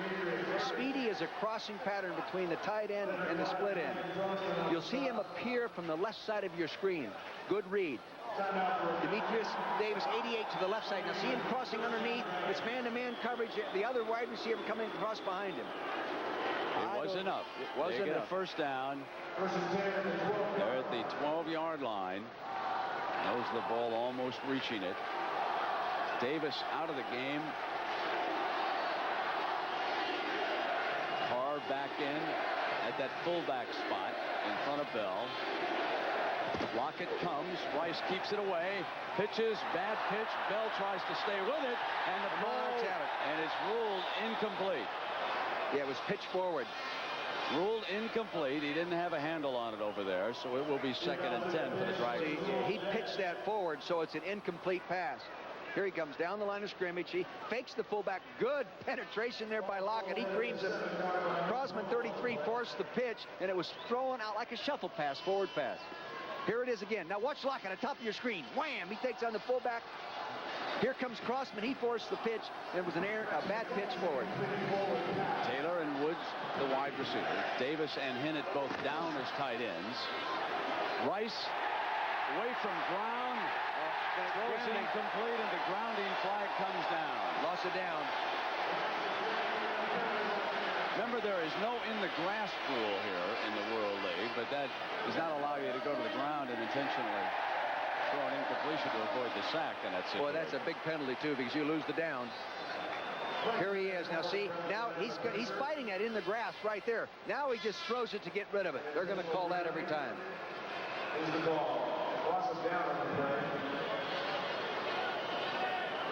The ball is spotted at the 24-yard line, and it'll be 3rd down. Tough on a quarterback to come in and try to change the tempo of the game when you're down 21-0 and go to an option game, which really is not a basic part of your offense year in and game in and game out, and run it real well. 4 down lineman Lockett appeared to break early, but he might have guessed right on the snap as Brown sacks Rice. But there is a penalty flag thrown. One of the back judges picked it up. I'll tell you, if Lockett was not offside, he really guessed right. No, he was offside. Or an offensive lineman moved early. Defense offside. Yeah. Defense offside. 5-yard penalty. There ought to be a call for more than offside. You'll see Lockett at the top left-hand corner of your screen. That's more than offside. I tell you, the way he's crashing from that linebacker spot, when you run the option directly at him, that pitch is there. They can get Lockett to bite. You just have to be ready to pitch it quickly, but that's just one of the phases of the defense they're playing. They don't do that every snap. Ball is at the 19. It's a 3rd and 16.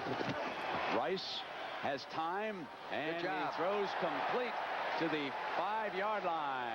Now they've got to get to the 3 for a first down. So it's 4th and 2 and trailing by 21. His offensive line did a good job of giving him time to throw that time.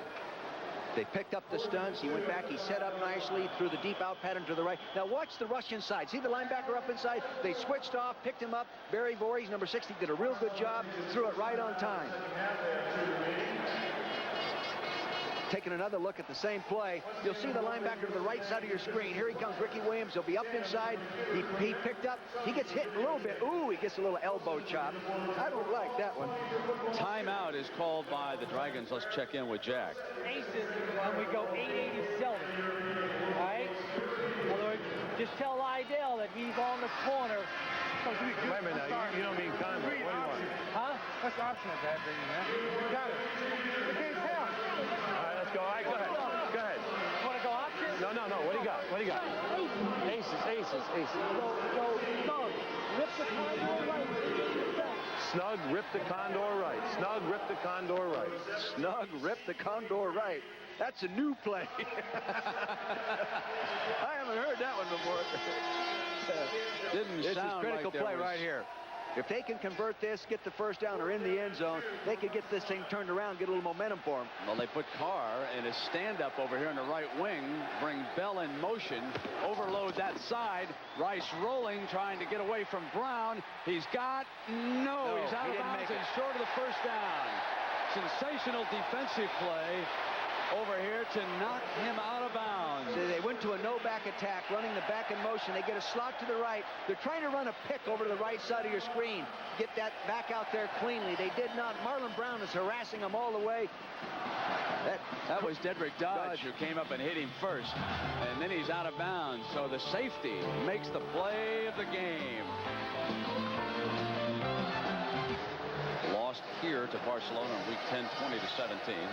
Then London won its playoff game over the New York-New Jersey Knights after trailing 17-0, being forced there to do it the hard way.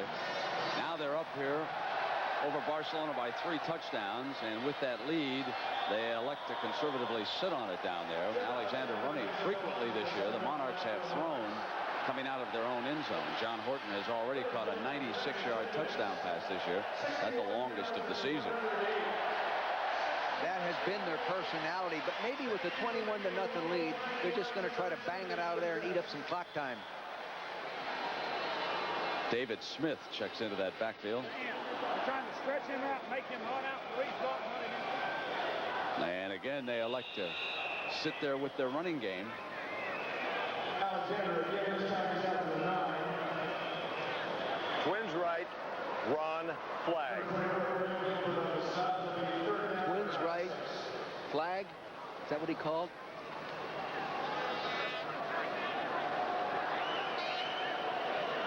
So on 3rd and 5. Gelbaugh. And he throws to Garrett for the first down. That has been his control man all season long. He led the World League with 71 receptions this year. You know, he's the kind of guy that doesn't do anything spectacular, but beats you. He makes the critical plays on 3rd down. He makes the critical plays going inside the 20. He makes the big catch. Very seldom ever drops one. Then they put him in the backfield. He runs the draws, the screens, and if the running back gets tired, they put him in at the I-back, and he carries the regular slant plays. Handoff again on 1st down. Let's check in with Mark Jones. Mark? Yep, Stan Gelbaugh wasn't the only London player to suffer a shoulder injury in the first half. Dana Brinson is currently being x-rayed at the hospital. He also has a bruised right shoulder. The trainers and doctors tell me that he is probable in terms of coming back to the game. Back upstairs. It was Brinson who returned the opening kickoff and fumbled. Barcelona had a couple of scoring opportunities go awry when they failed to convert field goals, and they have thrown 4 interceptions all in the first half, and so they've self-destructed here this afternoon. Gelbaugh finds Garrett and just threw it to his right a little bit too much as Garrett was getting ready to cut back to the left. Did you notice Gelbaugh's poise there? He knew where all the receivers were. He looked right. He worked. He didn't like it, and he came back all the way over to the left. He knew the receiver was there. He threw it, just didn't make the completion. Well, the crowd statisticians will be interested to learn that the Super Bowl I record did not fall here today. Our attendance at World Bowl I, 61,108. It was 61,946 in the LA Coliseum that day for Green Bay and Kansas City. And it is Riley for the first down. Did you go to Super Bowl I? I covered it as a writer for the old Chicago American. Were you there? No, you're much older than I am, really. I was recruiting for Stanford that day down in Long Beach, recruiting a kid I think named Mike Battle, if I remember right, out of Long Beach City College. Went to SC. Yeah, I didn't do a very good job recruiting, did I? You misfired on it. You should have come to the game with me. The Jets, yeah. Gelbaugh on 1st and 10. Moving over to the right, throwing to the open man, Riley, who just sat down in that spot and made his way out to the 47-yard line.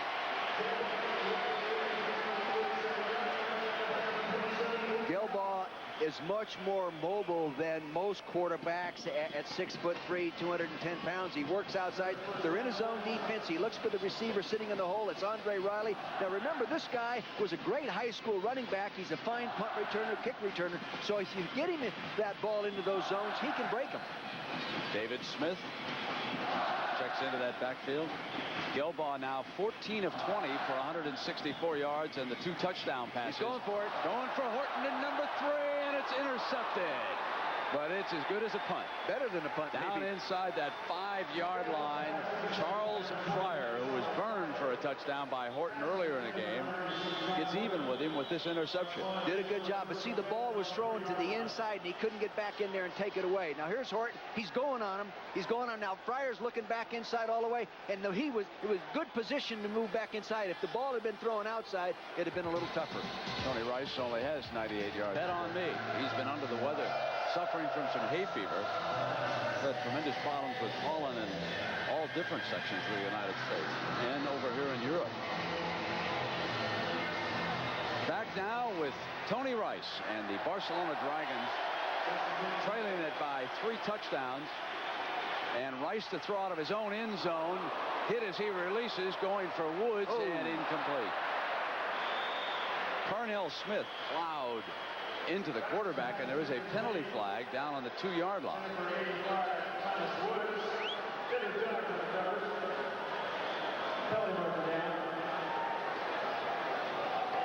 73 on the defense. Illegal use of hand. 73. David Caldwell.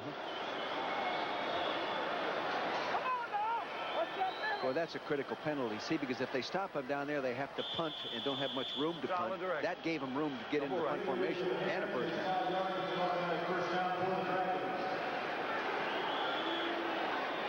One of the things about this offense, it is very difficult to play catch-up football. If you don't believe me, ask Barry Switzer. When you fall behind with an option attack. Nice cut. Bell to the 12. Let's find out about Scott Ernie. Here's Jack LaRue. Jack. Brent, within the confines of Wembley, they have an x-ray machine and all the physical therapy materials needed to check on Scott Ernie. His shoulder, the x-rays have come back negative. The same cannot be said for his leg, however. He's still complaining of severe pain. They are not going to bring him out for the second half. He's done for the World Bowl. Tough afternoon for Scott Ernie, who played so well for Barcelona this year. Rice needing a quick score, throws high to Woods. They're getting constant pressure on the quarterback each time. Now it's Tony Rice. Before it was Ernie, but there's always somebody in his face. Ray Wilsey giving the coverage signals. Defensive line coach here, Jim Washburn.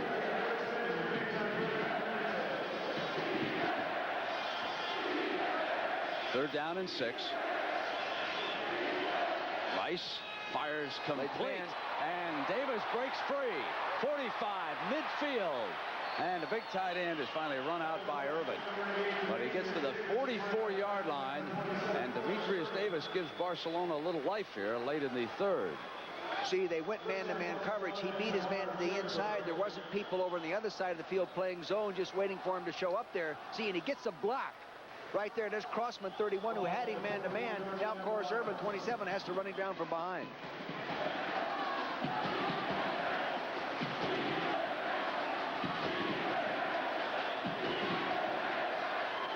On first down, Rice goes to Edgerton, and he overthrows it. Yeah. See, Brent, he threw that ball too flat. If you're going to go deep, you should put a little more air under it, give that guy a chance to run under it. That was more like a line drive throw. He has an awfully strong arm. You'll see the ball, flat trajectory, and it'll be overthrown. He just can't get under it. If the ball's up in the air a little longer, see, he can run under that football. Now 2nd and 10 from the Monarchs 44.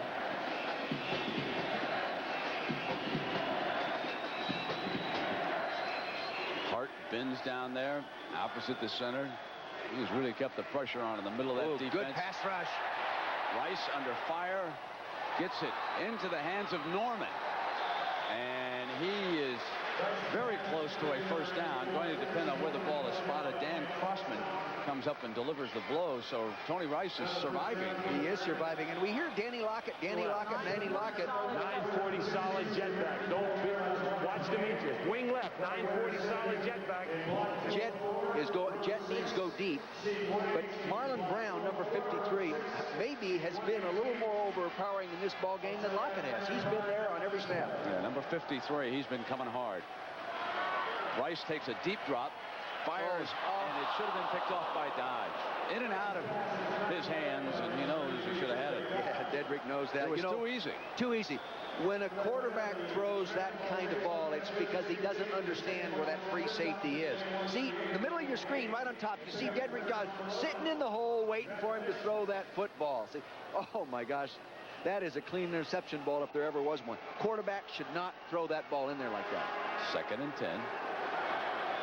Ball at the Monarchs 33.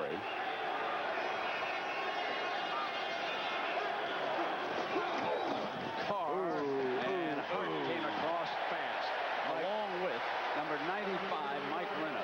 You know, Mike Renna is a young defensive lineman out of the University of Delaware, and he came out of college using his forearms as a defensive weapon, and he's really, there he is, there's Hart right there. See, he's using jump around, he's coming down the line of scrimmage, and there comes Renna to take him on, but Renna is learning to use his hands, and as a young growing boy, developing into a fine defensive lineman.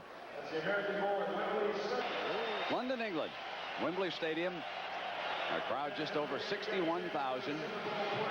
The London Monarchs have dominated the first 3 quarters of this game, leading 21-0. Tony Rice and the Dragons are at the Monarchs' 34-yard line with a 3rd and 10. Rice hit as he releases high and incomplete, wanted Woods. And over there was Horace Irvin. The 3rd quarter numbers look like this in World Bowl 91. Still, Monarchs are +2 in the turnover category. 263 yards total offense for the Dragons, 199 for the Monarchs.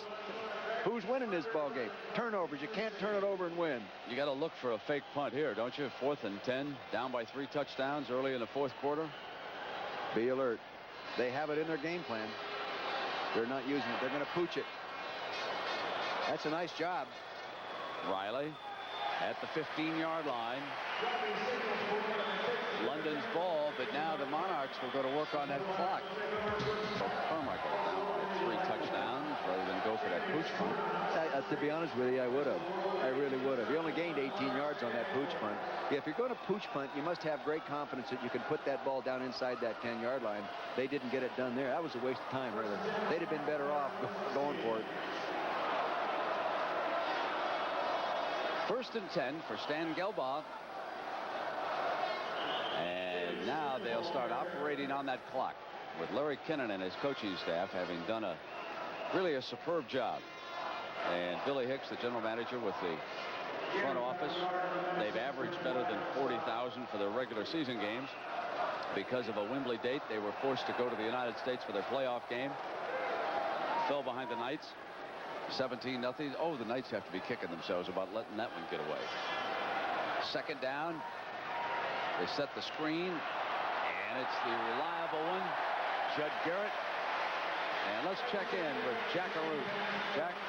Well, Tony Rice, they haven't had a chance to get a pass off without someone in your face. What are they doing to get to you so easily? I don't think I'm just taking a lot of time back there instead of sitting back there and doing it. I just have to get back there and step and throw the ball and give my receivers a chance to catch the ball.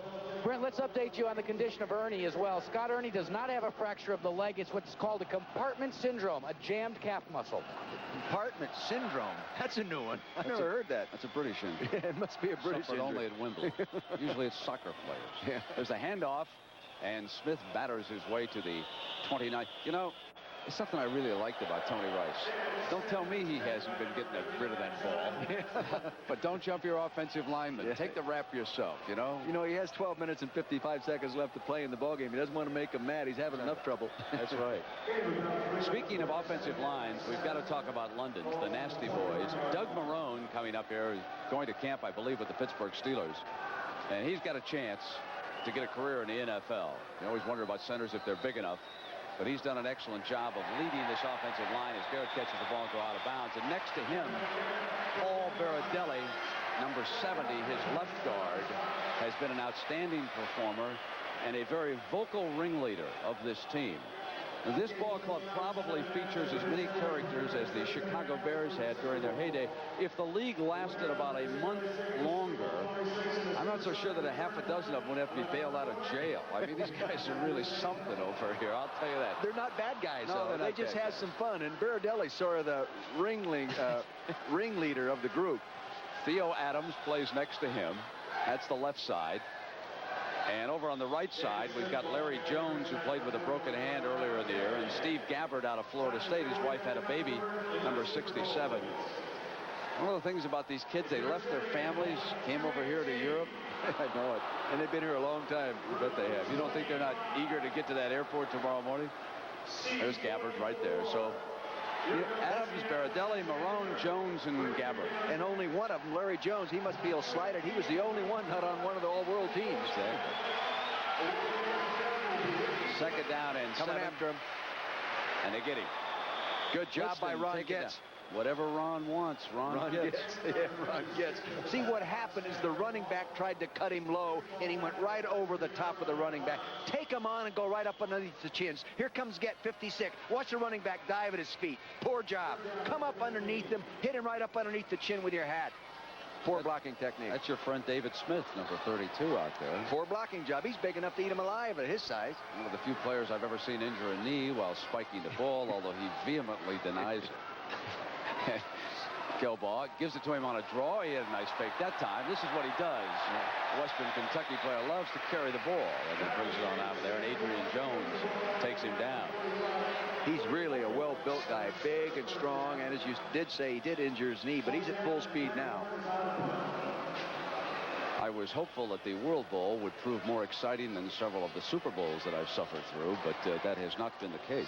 You know, you were talking about Doug Marrone earlier, the offensive center. He told me that the players got the coaches to this ball game. It was the coach's job to win this one. That's what he told me. Well, certainly this defense. Oh, what is this now? This is a botch by Greg Horn to the 40-yard line. When did they fly that center in? Was that Steve Alford who came in there? I'm not sure that Coach Kinnan has seen that one. It is his ball. I bet you David Harbour, who is their #1 special team player, their offensive center on that long snap, I don't believe he's ever done that before. Hey, David, we're talking about you. The University of Illinois wasn't given a scholarship. He walked on and earned a scholarship under Mike White at the University of Illinois, their top special team player. So now it's Tony Rice and the Dragons trailing by 3 touchdowns with a first down at the Monarchs 40. Wide open receiver on that far side. They played Woods real soft. And Ricky Williams gets over there defensively.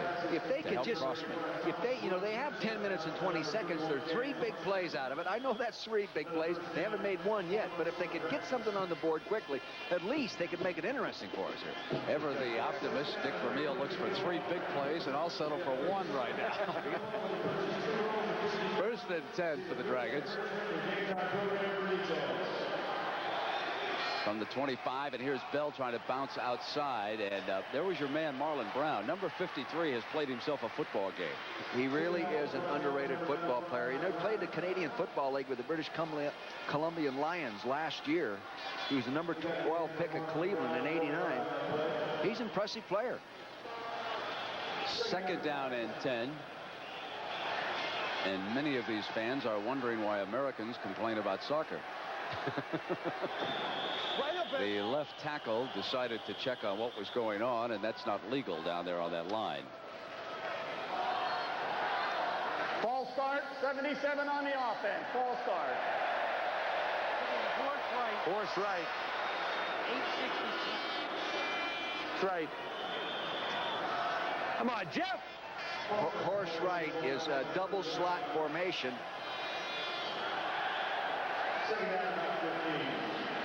Eight is protection right. 60 is one back protection. Rice. Ooh, wanted Taylor in there in between the defenders. They had the right pattern called for the coverages they actually got. They just didn't get it done. Horace Irvin well remembers their loss of a couple of weeks ago. Yeah, he's been much tougher here in this game. He throws the ball over here, the corner behind the rolled up corner. See, there it is. He throws it a little bit behind him, and the defensive back, Horace Irvin, fell off the man he was covering and came over and defended it. Now 3rd and 15 for the Dragons.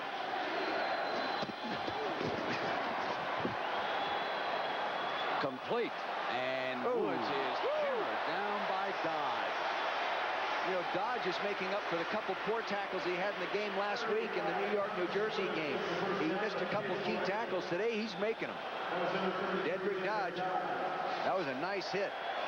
There's a wide receiver at San Antonio who can remember how he hits. Yes, young Hess. Here he is. Again, he had time to throw that deep comeback. Nicely thrown, deep zone coverage.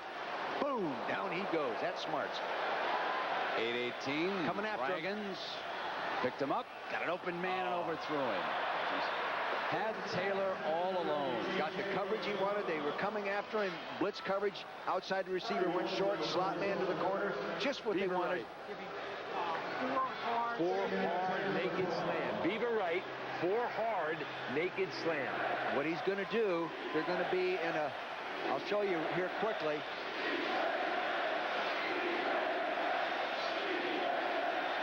The quarterback is going to come out here with the football off a fake. There he goes. Lockett in pursuit, and so he gives it to Davis, who's taken down at the 10-yard line, and it'll be 3rd down. Well, Barcelona's been inside the 20-yard line 3 times, and they've come out with 0 points to date.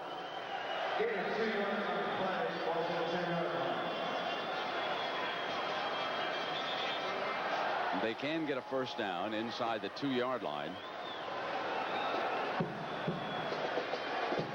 I bet you they come with a real blitz after now, just overpower. No, it doesn't look like it by front. They're playing the bear front on him, what they call the bear front right now. Good protection. Rice. Lockett got him late. Oh, and he's dropped in the end zone by Dempsey Norman.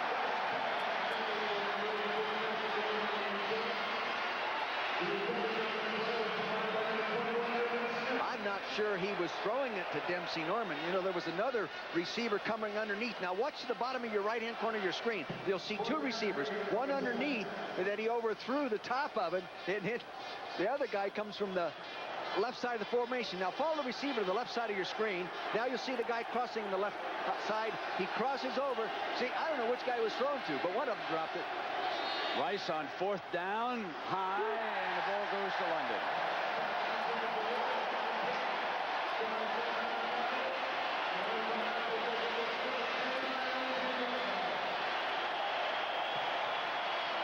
Dana Brinson bringing it out.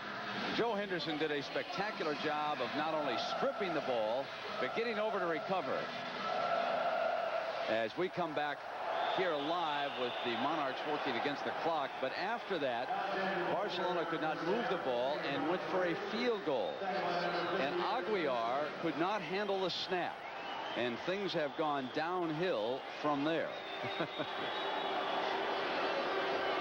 2nd down and 8. London 21, Barcelona nothing. 6 minutes to go. And the pass is complete. And a first down to the 21-yard line. Judd Garrett hit by Ron Getz out there. You know, it was a warm story involving Mark Murphy, who came from his home in Boston on an emergency basis to join the Barcelona Dragons, who had lost their center. Bobby Sine was hurt in practice. And Dick, you and I, when we worked down on these, you look at Mark, when we were at the Super Bowl, one of the young women for ABC who was working with us down there was his sister, Amy Murphy. Oh, for goodness sake. I didn't realize they were related. It's a small world. Yeah, Mark told me that just before the game. And Mark got the phone call from the team, and he didn't believe it. He thought it was one of his buddies pulling his leg, that he was going to come over and play in the World Bowl. And here he is for the Barcelona Dragons. The winner's share, which will go to the London Monarchs, $5,000, but he'll pick up $2,500 and a free trip to London. Not a bad day's work for 2 snaps. He's out of Bishop Egan High School in Yardley, Pennsylvania. Right there, we're in the area where I live. And he was actually a reporter, just laid off his job when they called him. Now, Judd Garrett, who caught that pass, had a couple of brothers who played for the San Antonio Riders, and just recently, Jason Garrett signed a contract with the Canadian football. Yes, he did. Play quarterback, so he'll be a visit quarterback this year. Judd Garrett, number 22, reminds me of the running backs of old in the NFL that used to do everything. You know, there wasn't the blinding speed. They the Tom Matty guys that come out of the backfield, catch the ball, work it upfield. They can do it all. Gilbaugh under pressure and crushed at the 14-yard line. Eric Lindstrom got there first. And Bruce Clark cleaning up. Lindstrom, one of several Boston College players who joined Jack Bicknell and his staff in Spain this year. I like him. I think he's a good football player. And, you know, he had a great junior year. It was rated one of the better linebackers in the country coming off his junior year. He got hurt as a senior, and it really slowed down his career. Now, David Harbour, folks, is a good long snapper. We're going to give him a chance to redeem himself and see if he will not dribble another one in the direction of his punter. No, he did a good job. Got that one fired back. That's a return type ball if he'll field it. That's a long, low line drive. Back to the 35-yard line. Good coverage. Woods out to the 42-yard line. 3:40 to go, and the London Monarchs wrapping up the first World Bowl championship in London. And when we finish, we've got some golf coming your way. The Mazda Senior Players Championship. And after our ball game, the World Bowl trophy presentation. That'll be just next.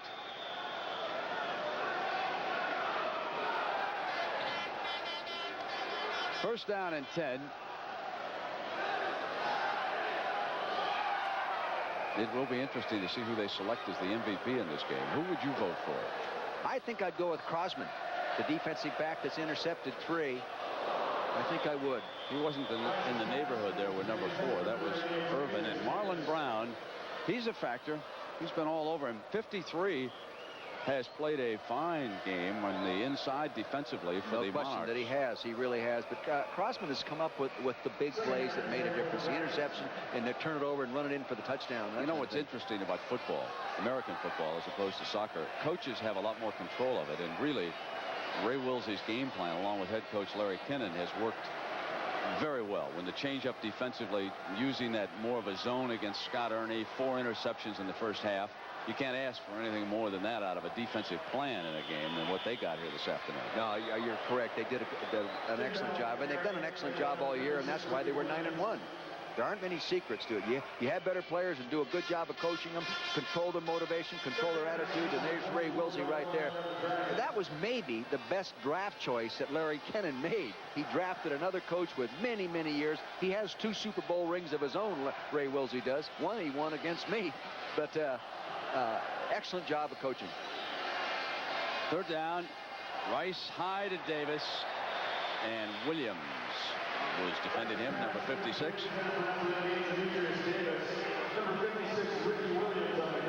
You'll see Williams covering a crossing pattern right here. Linebacker chasing him all the way. Good speed, good position. Of course, that ball could be caught, but linebacker right there harassing him all the way. You know, Jimmy Bell, the running back for Barcelona, has a Super Bowl ring earned spending the 1 year with the 49ers in 1989. He might be the only player that will end up with a Super Bowl ring and a World Bowl ring. Rice. Nice throw. Complete to Taylor. And Taylor to the 34-yard line. Taylor started out the season like a Heisefire, you know, and then he slowed down. He had that hamstring. He didn't play at all against these guys the last time. But he can make the big play, averaging over 21 yards a catch.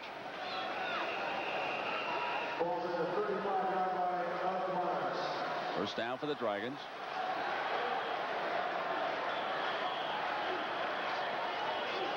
And Davis had that one caught and then hit his leg with it. He might have heard Crossman coming. See, Crossman is sitting in the hole as a safety and working on the offside of the field into that crossing pattern.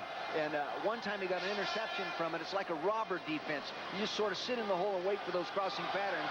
And he was sitting right there that time.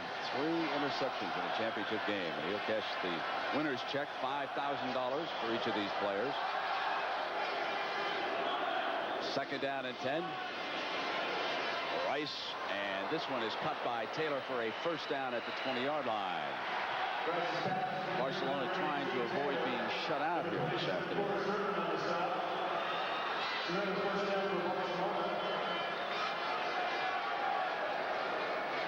Coming in with some fresh rushmen now. Gets a little more pressure on him. 2-minute warning.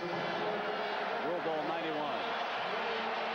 Taken off their headsets and are headed down to the sideline. Dennis Danielson, the linebacker coach, dropping by for a chat along with Jim Washburn and the coordinator Ray Wilsey. They did a great job. What did Dennis tell you? He said that zone defense really did work today.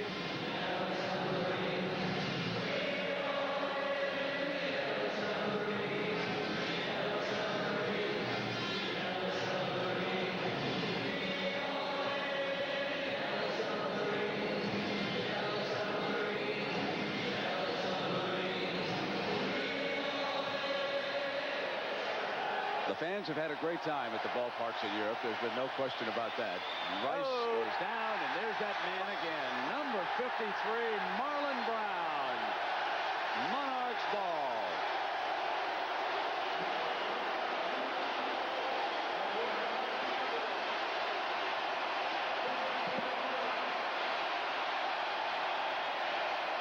See what happens, Brett. Many times you get a Marlon Brown who's been rushing. They rush a defensive end over an offensive tackle. They get used to blocking him. All of a sudden, you have an outside linebacker a little quicker rushing, and the same blocker goes to pick him up, and it's not the same tempo of the rush, and it gets on around him.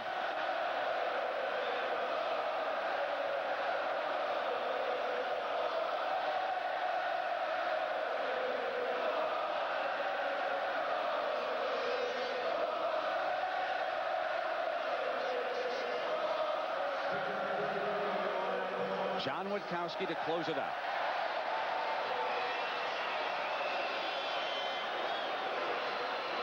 David Smith, the call.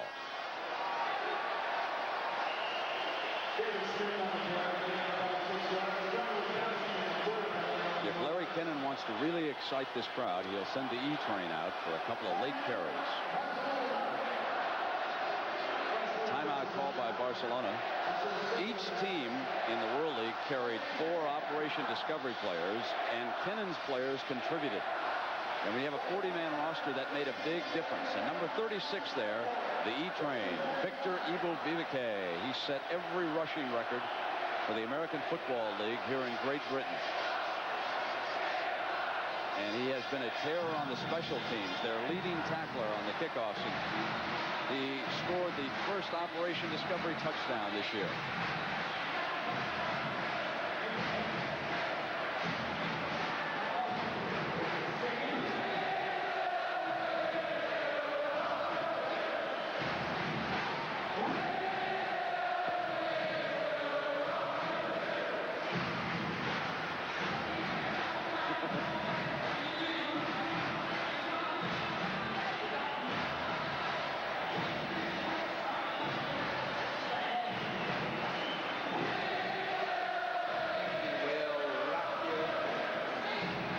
For the E-Train, folks.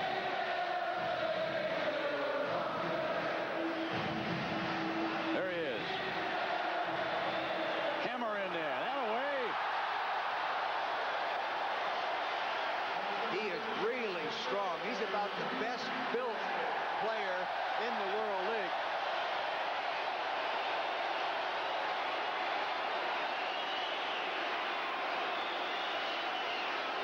He's got arms like you, Brent. Okay. That's the other side of the story. You're seeing Bobby Sine hurt his knee in practice the other day and was not even able to play. Played all 10 football games, 11 games, and couldn't play today.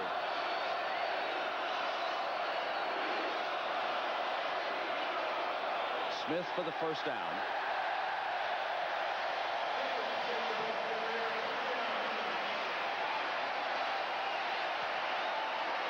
They were clearly the best all year long, and Jack Bicknell and the Barcelona Dragons wind up the second best. I'll tell you, Jack Bicknell has no reason to hang his head. He probably faced more adversity than any coach in the league. Handled it well, maintained a good squad attitude, did a great job of coaching these kids to bring them here. They really had to come on strong at the end to get here. They had to beat London to get here. They did it. Give those people some credit. And all we can say about the London Monarchs is they rocked them. The World Bowl 91 champions.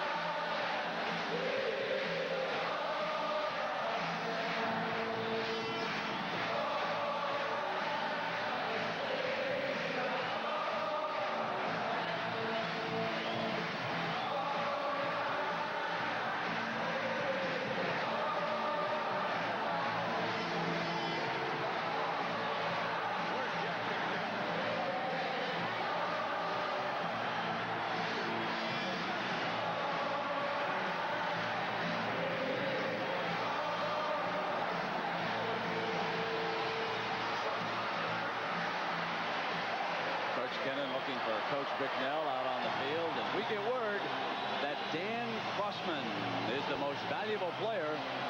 Intercepted 3 passes in the first half, and he'll drive away with a brand new car. And for these kids, that's big. You bet it's big. The people in Pottstown, Pennsylvania will be proud of Dan Crossman. Let's go to Jack Arute, who's with Coach Kennan. Jack?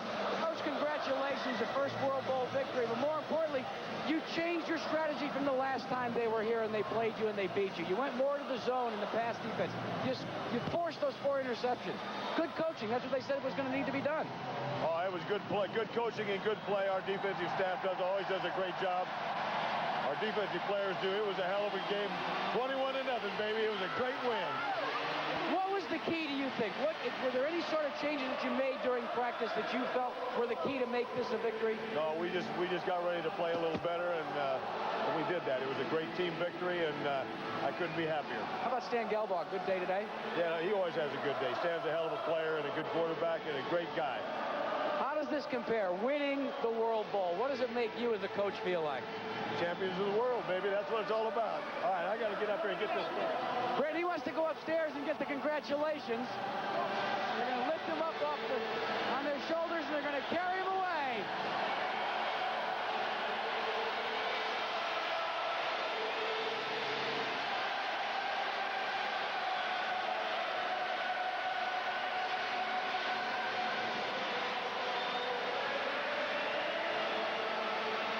No matter what the sport, nothing beats winning.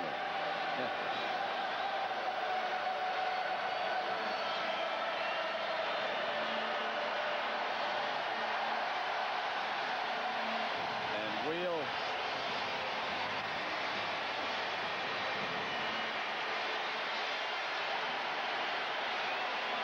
that's Mike Lynn, the president of the league, and that's the World Bowl trophy being presented to the London Monarchs. Mark? Thanks a lot, Brent. I'm with the World League of American Football Commissioner Mike Lynn for the presentation of the championship trophy. Mike? Okay. It gives me great pleasure, Stan, to present this to you, the most valuable player in the World League and the world champions of the world and of the World League. Now, I'm going to ask Tex Stram here. Tex, would you help me? Yeah. Would you help me pick this up? No, just the top part, Tex. Top part. Yeah, okay. And you guys, this is heavy.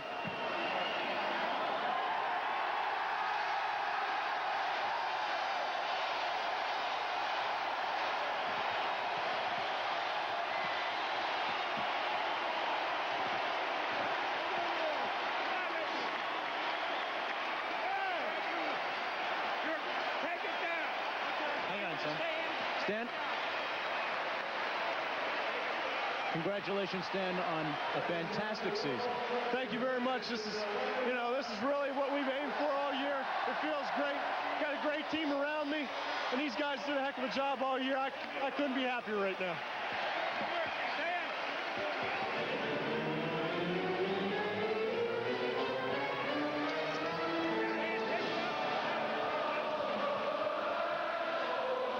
Now the traditional walk around the royal box.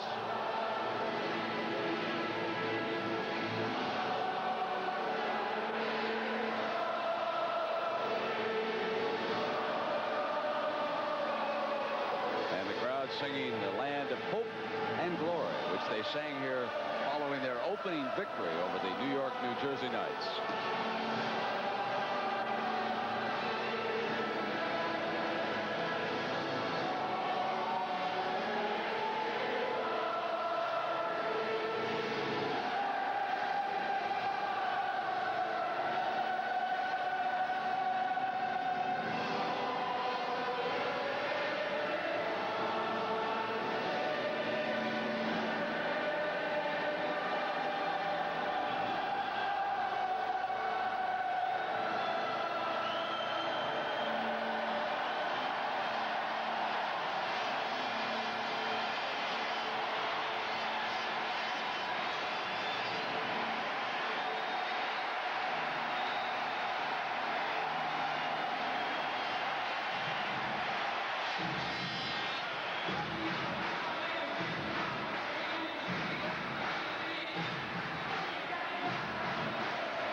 Baradella.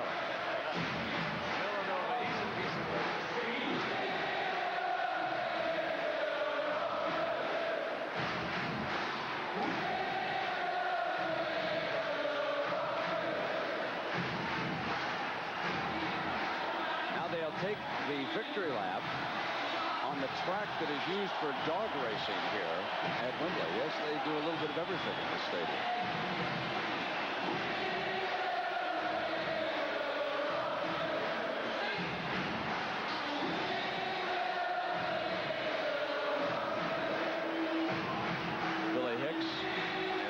Suit.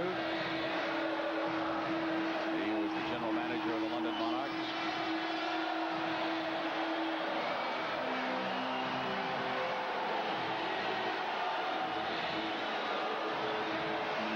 And there was the MVP of this game. I don't know if he knows it.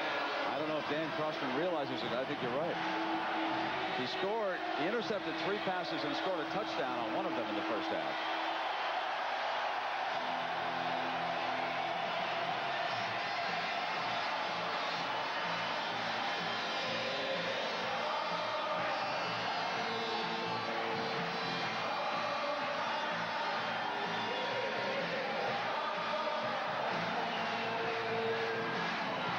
It's nice to see a winning team celebrate with the fans, I think. Sometimes they go down inside of the locker room and the fans in the stadiums don't get to share what they're experiencing here in London, which is really a nice moment here.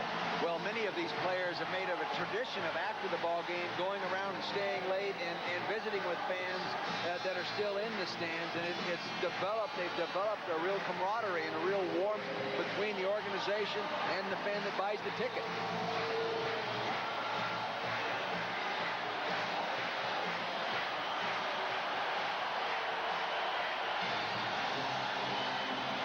The pubs will be alive tonight. You think they'll stay open after 11? I plan on finding out. So what else is new?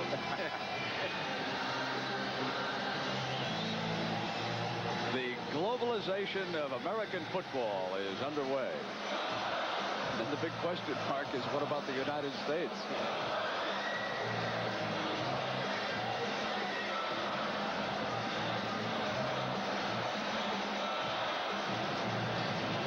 Down in Barcelona, for example, when it comes to merchandising, we see a lot of caps in the stands, even some baseball caps worn here.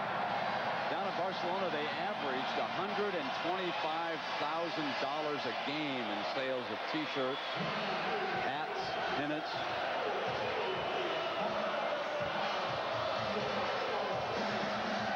It has been a happening not only in Barcelona and London, but also over in Frankfurt, Germany. And in Montreal, we sometimes overlook them, but that was spectacular up there. Look at those guys. They look like dancers, don't they? About 290 pounds apiece. Look like grizzly bears. Happy grizzly bears. You bet. That's a hairdo for you.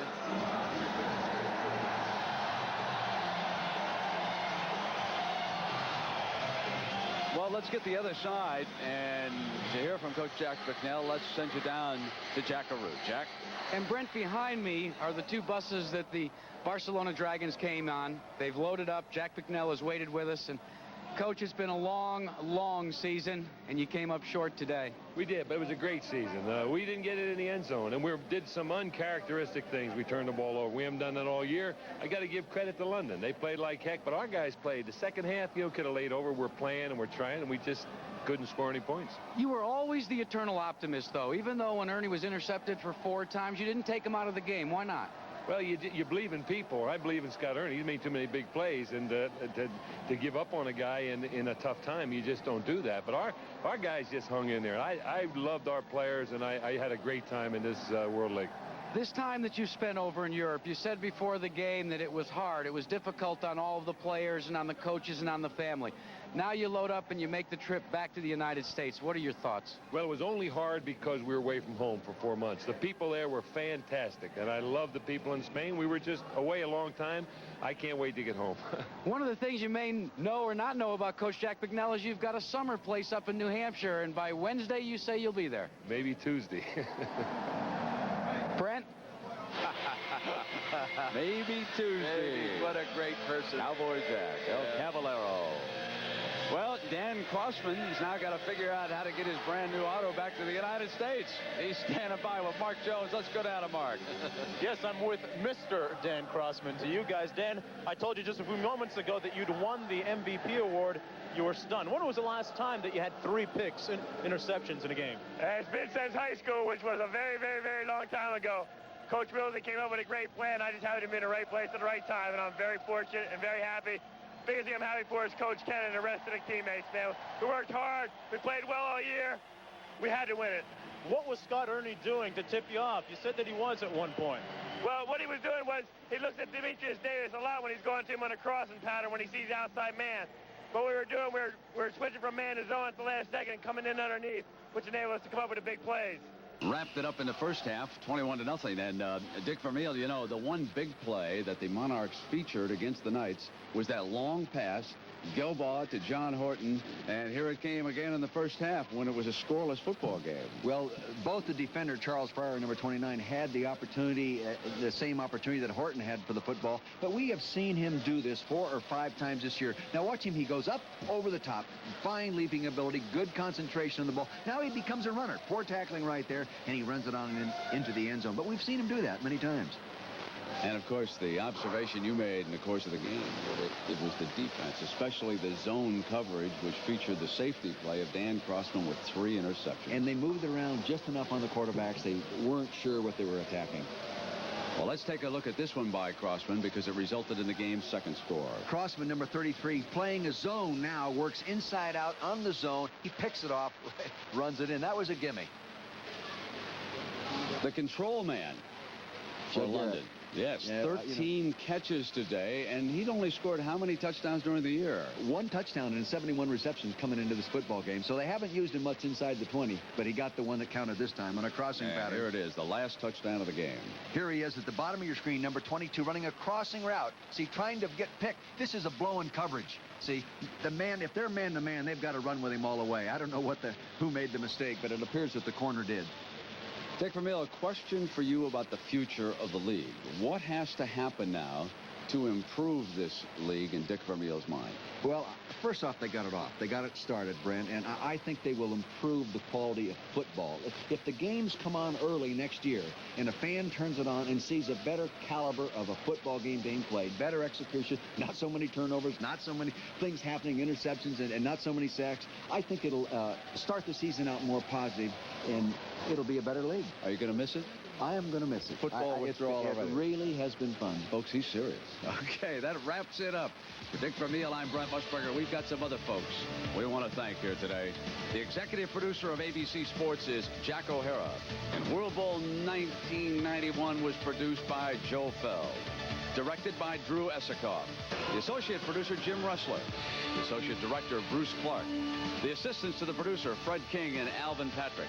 And some other folks who did a great job all year long. Our commercial coordinator on the field was Dick Shafter. George Hill was our statistician. Jimmy Tubbs, our spotter. And flying in for the big one is our stage manager, Paula Coker. We could not have done it today without the help from all of these men and women who participated in our coverage of the World League of American Football. The London Monarchs have conquered World Bowl 91, 21-0. So long, everybody. Coming up next on ABC Sports, the Senior Tour's top stars are in Michigan for the final round of one of their biggest events. Mazda presents the Senior Players Championship. Next. World Bowl 91 has been brought to you by Valvoline Motor Oil. People who know use Valvoline. By Kentucky Fried Chicken. Nobody's cooking like today's KFC. By durable weather beater paint. Only at Sears, the home of America's craftsmen. And by America's favorites, A&W Root Beer and A&W Cream Soda. It's the taste that made A&W famous. This has been a presentation of ABC Sports, recognized around the world as the leader in sports television.